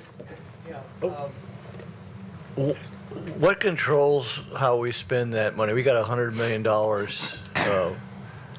in the bank right now that we can't spend on anything but new construction. What is that coming down from the state? Is that coming from the county? How does that get changed? Phoebe, I can speak to that. You can step up, and I'm speaking a little bit for the county just because of my knowledge, having lived this. That is in reference to the impact fee, which is based on growth, and part of the structure of that is that the revenues are to be used on growth-related items. Yeah. So often the question is asked at y'all's level. Okay, what are you asking for from a capital perspective? Is there any growth tied into that? Can we fund it out of that fund? And that's, as I understand it, Phoebe, that was the answer you were giving. But is that coming from the state or is that coming from us? I think maybe you ought to answer that. I know it's not or maybe I probably shouldn't be the one calling on people. But. The private act authorizing the educational impact fee requires that the money be spent on growth-related I understand construction. That was a private act passed by the state, adopted by this county commission. So it would be fair to say both the state and the county require that. Okay, all right. I just wanted to get clarity on that. Thank you. Any other questions or comments? I see none. Thank you. If you're ready to vote on Resolution 226-2, if you're in favor, signify by pressing your yes button. Opposed, your no. Anyone wishing to change their vote, please do so at this time. Record the vote, please, Mr. Whitby. 5 yes, 18 no. Resolution fails. Resolution 226-3, resolution of the Williamson County Board of County Commissioners, approval of an intent to fund of up to $6 million with a first draw of $4 million for the renovation of Grassland Middle School. Proper motion made by Commissioner Drew Torres, seconded by Commissioner Mary Smith. School Board was 10-4, 0 against. Education Committee was 4-4, 1 against. Budget Committee was 4-4, 1 against. Explanation, please, Commissioner Morton. Yes, these are funds to continue some previously approved funding out at Grassland Middle School. As Superintendent Golden mentioned, it is a 40-year-old structure, and we're about $1 million already in, so this would allow finishing out that project. Any questions or comments? Seeing none? Oh, Commissioner Sturgeon? I had asked Jason, can you tell us exactly what these improvements are that Grassland's going through? And yeah, you might want to stick around for the next school, too. I'll rattle off a list that really kind of is the broad strokes. Renovate the administrative entrance to provide an improved security structure. You all who have visited those buildings know that those buildings built in the 80s did not have the double entrances and structure that you just open up into the hallway. That's number one. Rescreen the gym floor, replace the floor in the base floor throughout the building, including the VCT in the hallways and the classrooms. Door and hardware replacement for those 40-plus-year-old doors. Adding card access to those doors for security purposes. Ceiling tile replacement, restroom plumbing fixture replacement throughout the restrooms, internal signage replacement, and casework and painting. Okay, and how old is this school exactly? Opened in 1986. So I'm guessing it's one of the oldest schools in the county. It's not the oldest, it's on the older half. Yeah. Fairview Elementary is actually the oldest, if you want to go list to list. But, Well, just yes, my point- Commissioner, you were correct, it is among the oldest. Well, I would just like to make the comment that we can't continue to neglect our older schools. Yes, thank you. We're obligated to keep them, especially when it comes to security, up to snuff. So I'm going to vote, obviously, yes on this one. Thank you. Any other questions or comments? Seeing none, if you're ready to vote, if you're in favor, signify by pressing your yes button. Any opposed, your no. Anyone wishing to change their vote, please do so at this time. Record the vote, please, Mr. Whitby. 21 yes, 1 no, 1 abstain. Resolution passes. Resolution 2264, resolution of the Williamson County Board of County Commissioners for approval of the intent to fund of up to $3,600,000 with a first draw of $1,800,000 for the renovation of Hillsborough K through 8. Proper motion made by Commissioner Drew Torres and seconded by Commissioner Guy Carden. The school board was 10-4-0 against, Education Committee 3-4-1 against, Budget Committee 4-4-1 against, and I'm sorry, on the Education Committee there was 1 abstention. So 3-4-1 against with 1 abstention on the Education Committee. Explanation, please, Commissioner Morton. Yeah, same story here. Previously approved funds for Hillsborough K through 8. We're about $3 million into the project. This is approving another 1.8 to finish out those improvements. Commissioner Hayes. You share with us the same thing you did for Grassland, because I think this is a 45-year-old school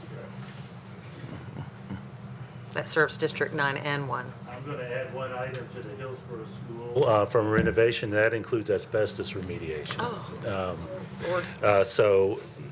It was under construction in the 70s, and it's 45 years old now. So that would include the administrative entrance as well. If you've been in the Hillsborough School, you know there's a glassed-in entrance, but it doesn't go all the way up to the ceiling. We put something in to do some temporary work. That will include a temporary entrance relocation and office relocation during construction. Again, remediate the asbestos, which is in the floor tiles and the mastic, the glue in the flooring there. Replace the floor and the floor base with VCT tile, door and hardware replacement, ceiling tile replacement, plumbing fixtures, internal signage replacement, casework, and of course painting. Thank you. Yes, And ma'am. I do think this is an important project as well. Any other questions or comments? Seeing none, if you're ready to vote, if you're in favor, signify by pressing your yes button. Opposed, your no. Anyone wishing to change their vote, please do so at this time. Record the vote, please, Mr. Whitby. 21 yes, 1 no, 1 abstention. Resolution passes. Resolution 226-5, resolution accepting donations on behalf of the Williamson County General Sessions DUI Recovery Court and appropriating and amending the 25-26 Williamson County General Sessions Court budget by $26,000, revenues to come from donations. Proper motion made by Commissioner Tom Tunnicliff, seconded by Commissioner Steve Smith. The Law Enforcement Public Safety Committee was 4-0 against. Budget Committee was 5-0 against. Explanation, please, Commissioner Tunnicliff. We are just going to move some money from donations to expenditures. Any questions or comments? My screen just went dead. Seeing none, if you're ready to vote and your screen is up, signify by pressing your yes button. Any opposed, your no.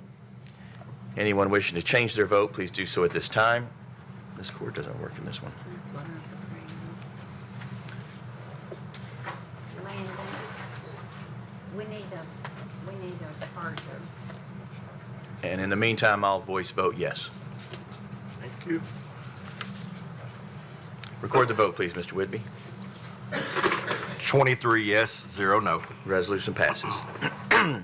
Resolution 226-6, resolution appropriating and amending the 25-26 county clerk's budget by $100,000 for additional postage, revenues to come from unappropriated county general funds. Proper motion made, is this screen right? Yes. By Commissioner Steve Smith, seconded by Commissioner Betsy Hester. The Budget Committee was 5-0 against. Explanation, please, Commissioner Morton. Yes. If you go online and renew your tags, they will mail those to you. They charge you a $3 fee that's collected by the clerk's office. They then pay that postage out. This is just moving those $3 back into his budget to cover postage. Any questions or comments? Seeing none, if you're ready to vote, if you're in favor, signify by pressing your yes button. Any opposed, your no. Anyone wishing to change their vote, please do so at this time. I'll voice vote yes.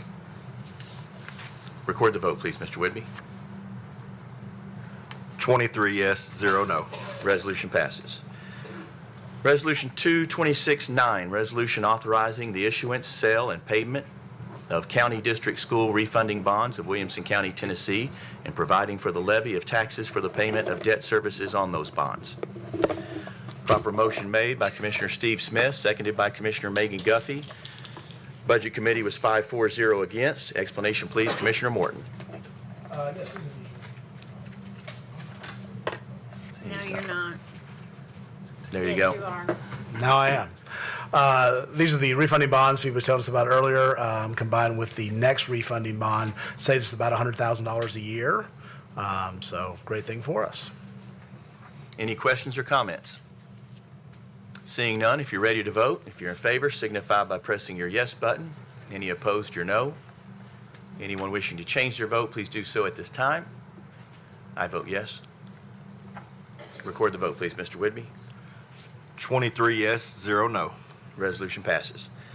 Resolution 22610, resolution authorizing the issuance, sale, and payment of general obligation refunding bonds of Williamson County, Tennessee, and providing for the levy of taxes for the payment of debt services on those bonds. Proper motion made by Commissioner Megan Guffey and seconded by Commissioner Tom Tunnicliff. The Budget Committee was 4-0 against. Explanation, please, Commissioner Morton. Yes, this is the second part. This is just on our general obligation bonds. Any questions or comments? Seeing none, if you're ready to vote, if you're in favor, signify by pressing your yes button. Any opposed, your no. Anyone wishing to change their vote, please do so at this time. Record the vote, please, Mr. Whitby. 23 yes, 0 no. Resolution passes. Resolution 22611, resolution accepting a donation from Friends of Williamson County Animal Center and appropriating and amending the 25-26 Animal Center budget by $17,000, revenues to come from donations. Proper motion made by Commissioner Drew Torres and seconded by Commissioner Megan Guffey. Public Health Committee was 4-0 against. Budget Committee was 4-0 against. Explanation, please, Commissioner Morton. Yes, this is just accepting generous donation from Friends of Williamson County Animal Center to be used for veterinary services. Any questions or comments? Seeing none, if you're ready to vote, if you're in favor, signify by pressing your yes button.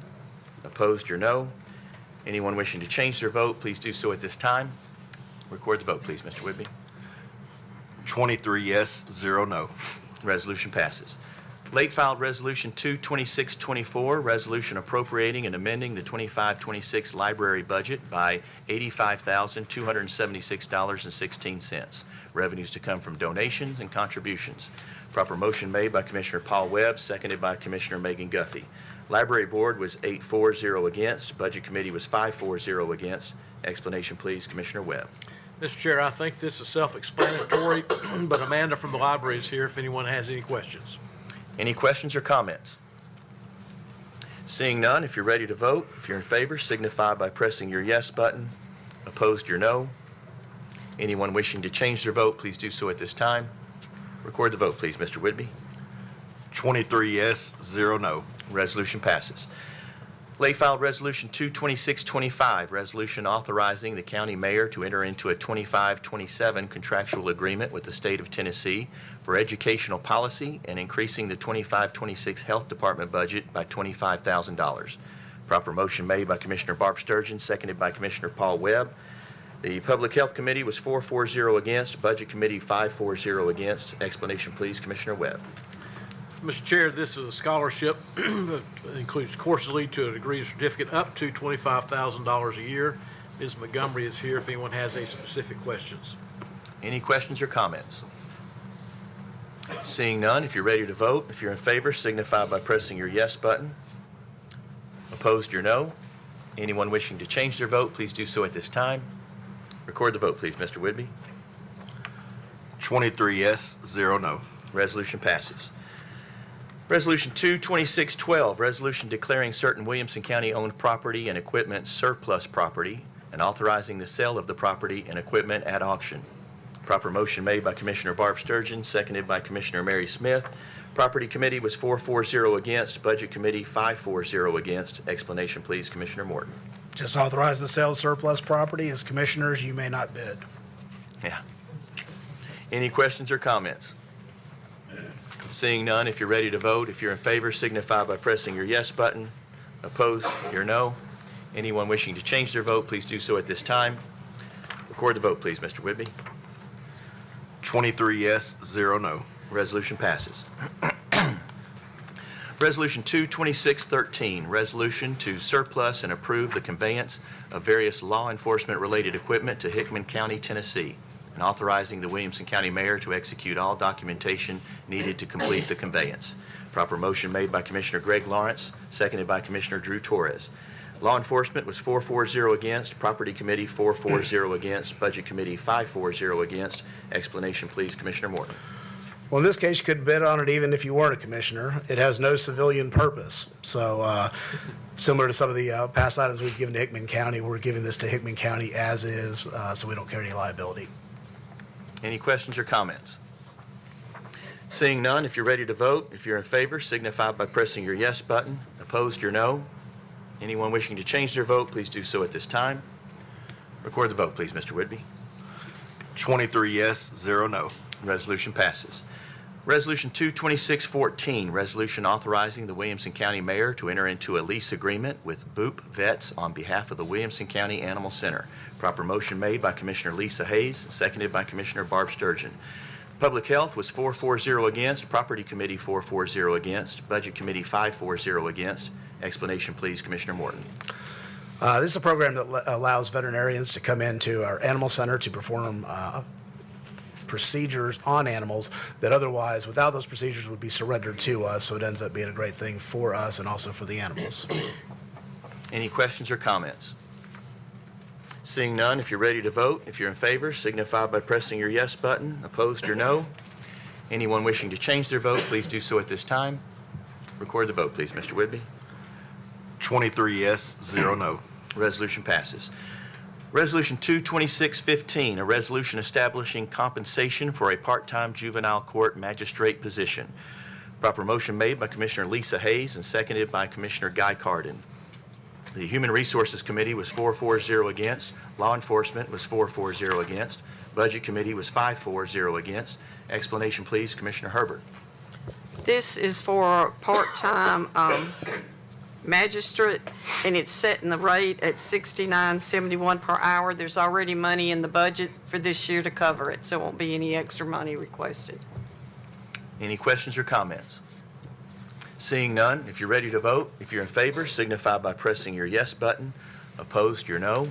Anyone wishing to change their vote, please do so at this time. Record the vote, please, Mr. Whitby.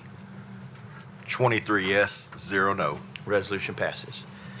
Resolution 22616, a resolution authorizing Williamson County to change investment companies for the Williamson County's Length of Service Awards program that is administered by the Volunteer Firemen's Insurance Service. Proper motion made by Commissioner Tom Tunnicliffe and seconded by Commissioner Guy Carden. Purchasing and insurance was 3-4-0 against. Budget Committee 5-4-0 against. Explanation, please, Commissioner Morton. Yes, they went out and found a better rate of return. So this helps our volunteer firemen and emergency rescue people get a better return on their retirement. Any questions or comments? Seeing none, if you're ready to vote, if you're in favor, signify by pressing your yes button. Opposed, your no. Anyone wishing to change their vote, please do so at this time. Record the vote, please, Mr. Whitby. 23 yes, 0 no. Resolution passes. Resolution 22617, resolution authorizing the Williamson County Mayor to execute a license agreement with Beeman Toyota to grant naming rights concerning the county's Nevco LED Aquatic Video Timing Board. Proper motion made by Commissioner Tom Tunnicliffe, seconded by Commissioner Megan Guffey. Property Committee was 4-4-0 against. Parks and Rec was 5-4-0 against. Budget Committee was 5-4-0 against. Explanation, please, Commissioner Morton. It's just authorizing Beeman Toyota to have their name on the timing board at the indoor sports complex. Any, Commissioner Richards? Yeah, during committee, I think I noticed that we don't have the rate that they're going to be paying us on a, I guess, a monthly or an annual basis. Do we know what that rate is?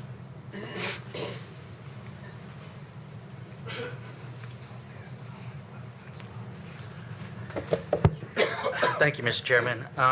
We went back and took a look at what fair market value would be like this for an advertisement like this. What we have found is between $2,500 and $5,000 a year is what we determined.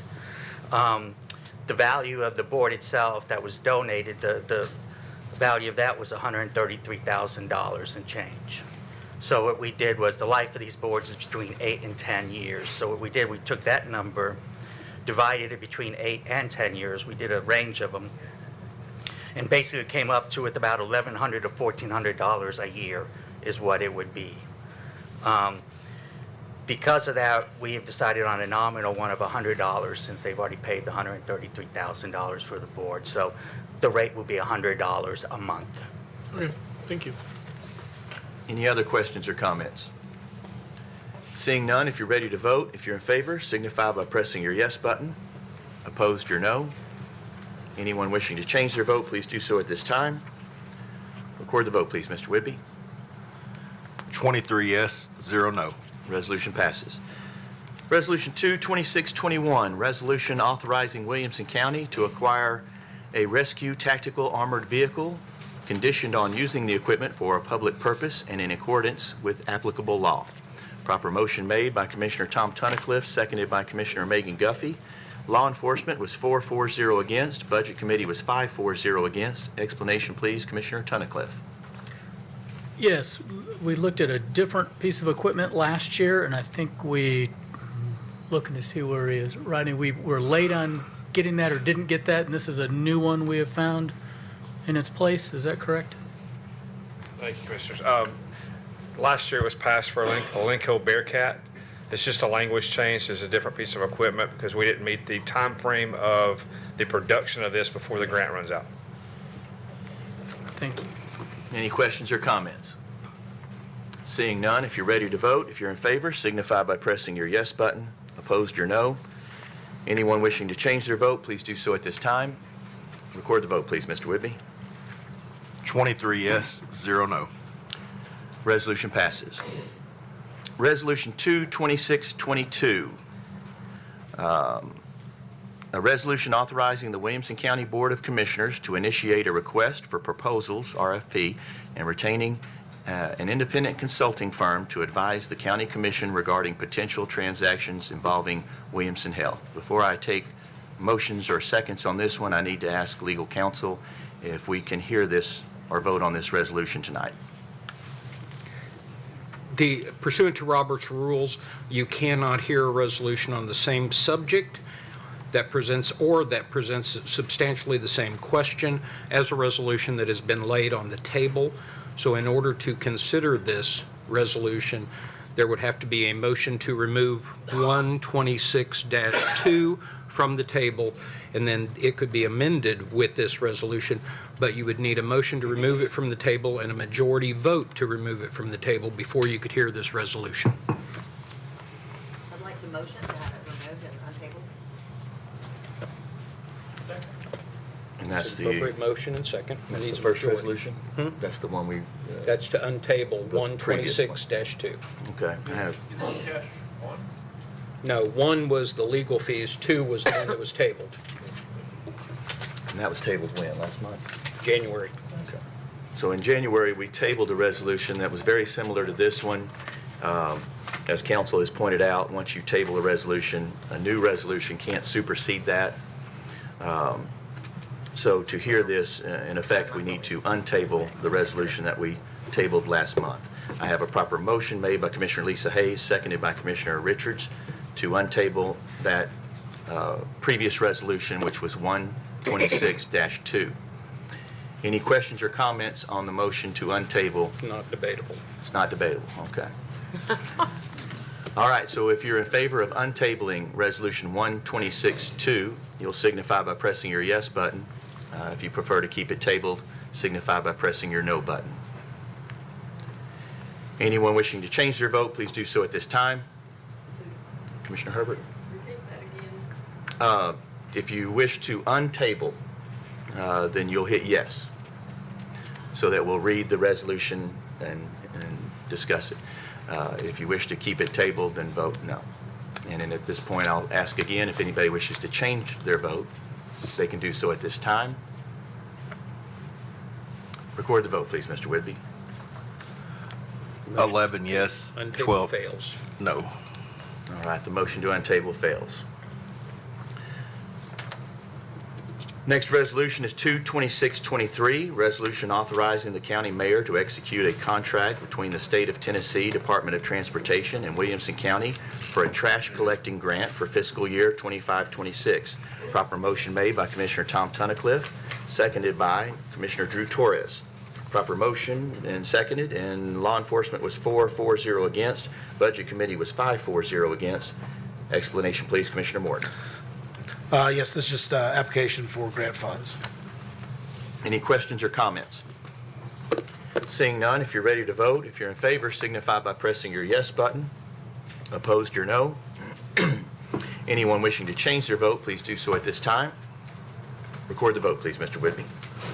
23 yes, 0 no. Resolution passes. Last resolution for the evening, 22626, late filed resolution. Resolution requesting the General Assembly to pursue any and all options available to ensure that Nashville Electric Service, NES, customers residing in Williamson County are provided with appropriate representation in the governance of NES. Proper motion made by Commissioner Paul Webb, seconded by Commissioner David O'Neill. And this one is signed by several commissioners, requested by several commissioners. It was late filed, so we didn't have time to get their signatures, but it was requested by Commissioner O'Neill, Richards, Smith? Mary Smith. Commissioner Mary Smith, Commissioner Sturgeon, and Commissioner Paul Webb. No committees have met on this resolution. Question or comment from Commissioner Greg Lawrence?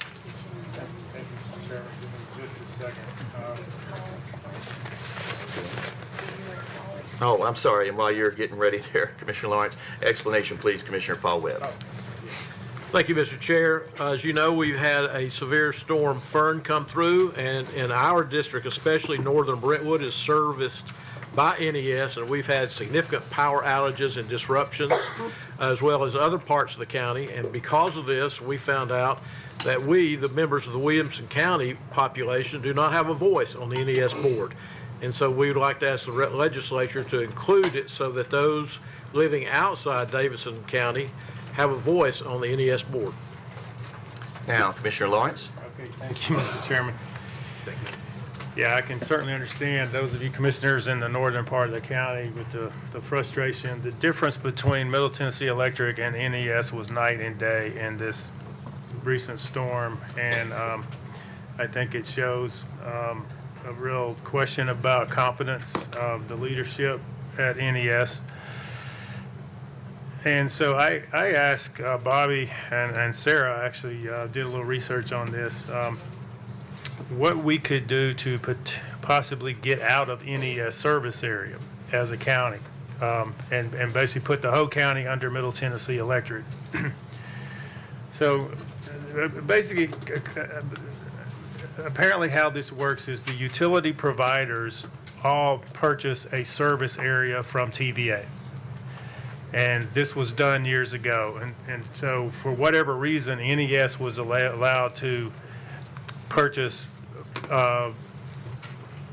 the service area outside of Nashville. That doesn't make sense to me how NES, which, has Nashville in the name and is operated by the Metro Council Board, overseen by them, how they could have authority over anything outside of their county, but they do.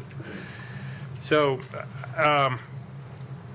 I don't think we can do anything right now about this unless the state allows us to do it. So I would like to propose an amendment to add wording to this resolution to say, on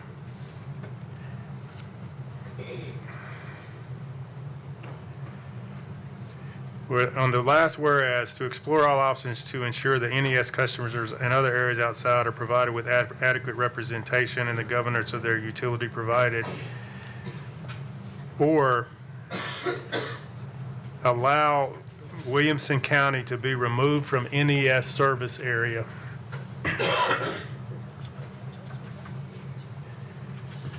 At the end of that last whereas. Does that require another resolution, or can this one be amended to do something that holistic?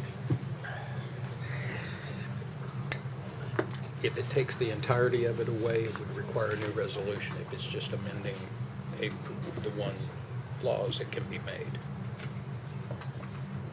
So I'm not sure I understand exactly what the amendment is.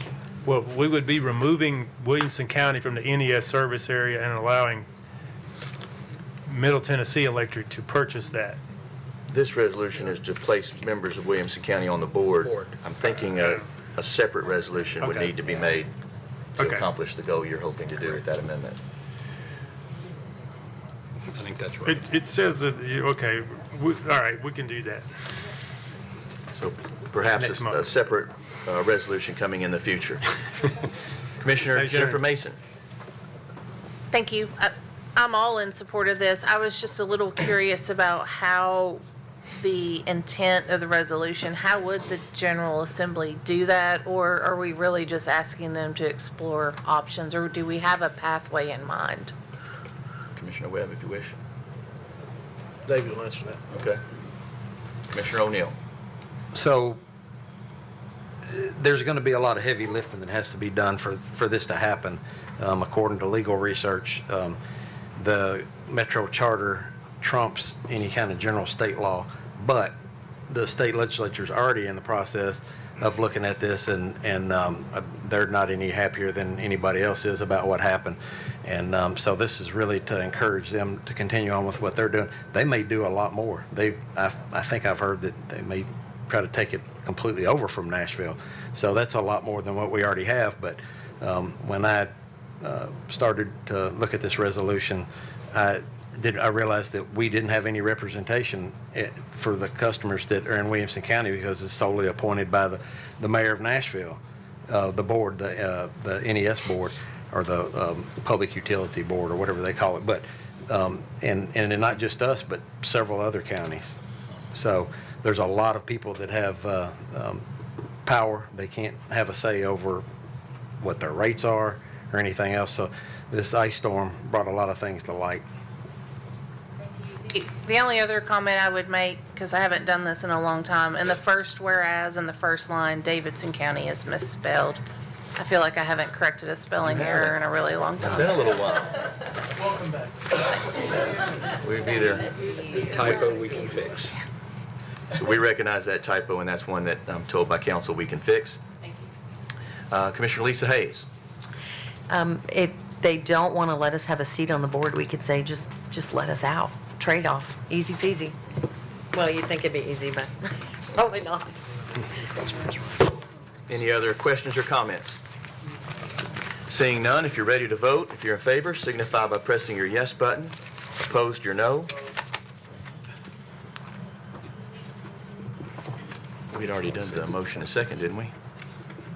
She Just- had loaded the motion. 1 second, and when she was loading the amendment, that got taken away. Oh. It messed the system up for just Oh, a second. okay. She's correcting it. Looks like she's got it.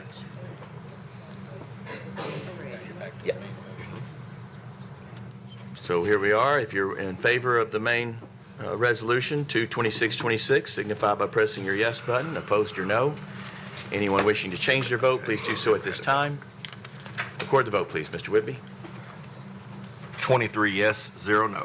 The resolution passes. As always, we want to thank our sheriff's deputies for being here. Thank you, gentlemen.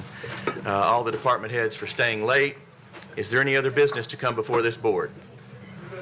We do have someone, Commissioner Mason. You have her on the mic. Well, I had brought this up to the chair during the break. I know our next Oh, meeting yes. is over spring break. And we have discussed, we want to make sure we have a quorum, and so if there's anybody we had or I'll let you take it. Yeah, I'd forgotten that. So to make sure we have a quorum for next month, if you know in advance now that you will not be able to be here for our March meeting, please email Diane and let her know. That'll give us some idea. All right, Diane's saying if you know right now, go ahead and raise your hand. 1, 2, what about you, Ricky Jones? You'll be here? Okay. Just two. Just 2, so we should be good for a quorum. Commissioner Jones? I just wanted to extend sympathy to Joy Kimball. He lost his dad, so thanks, Joy, for being here. Yep, Absolutely. so extend, I think visitation's tomorrow, correct, Joy? Yes, thank you, Joy. Thank you for that. Any other questions or comments before we adjourn?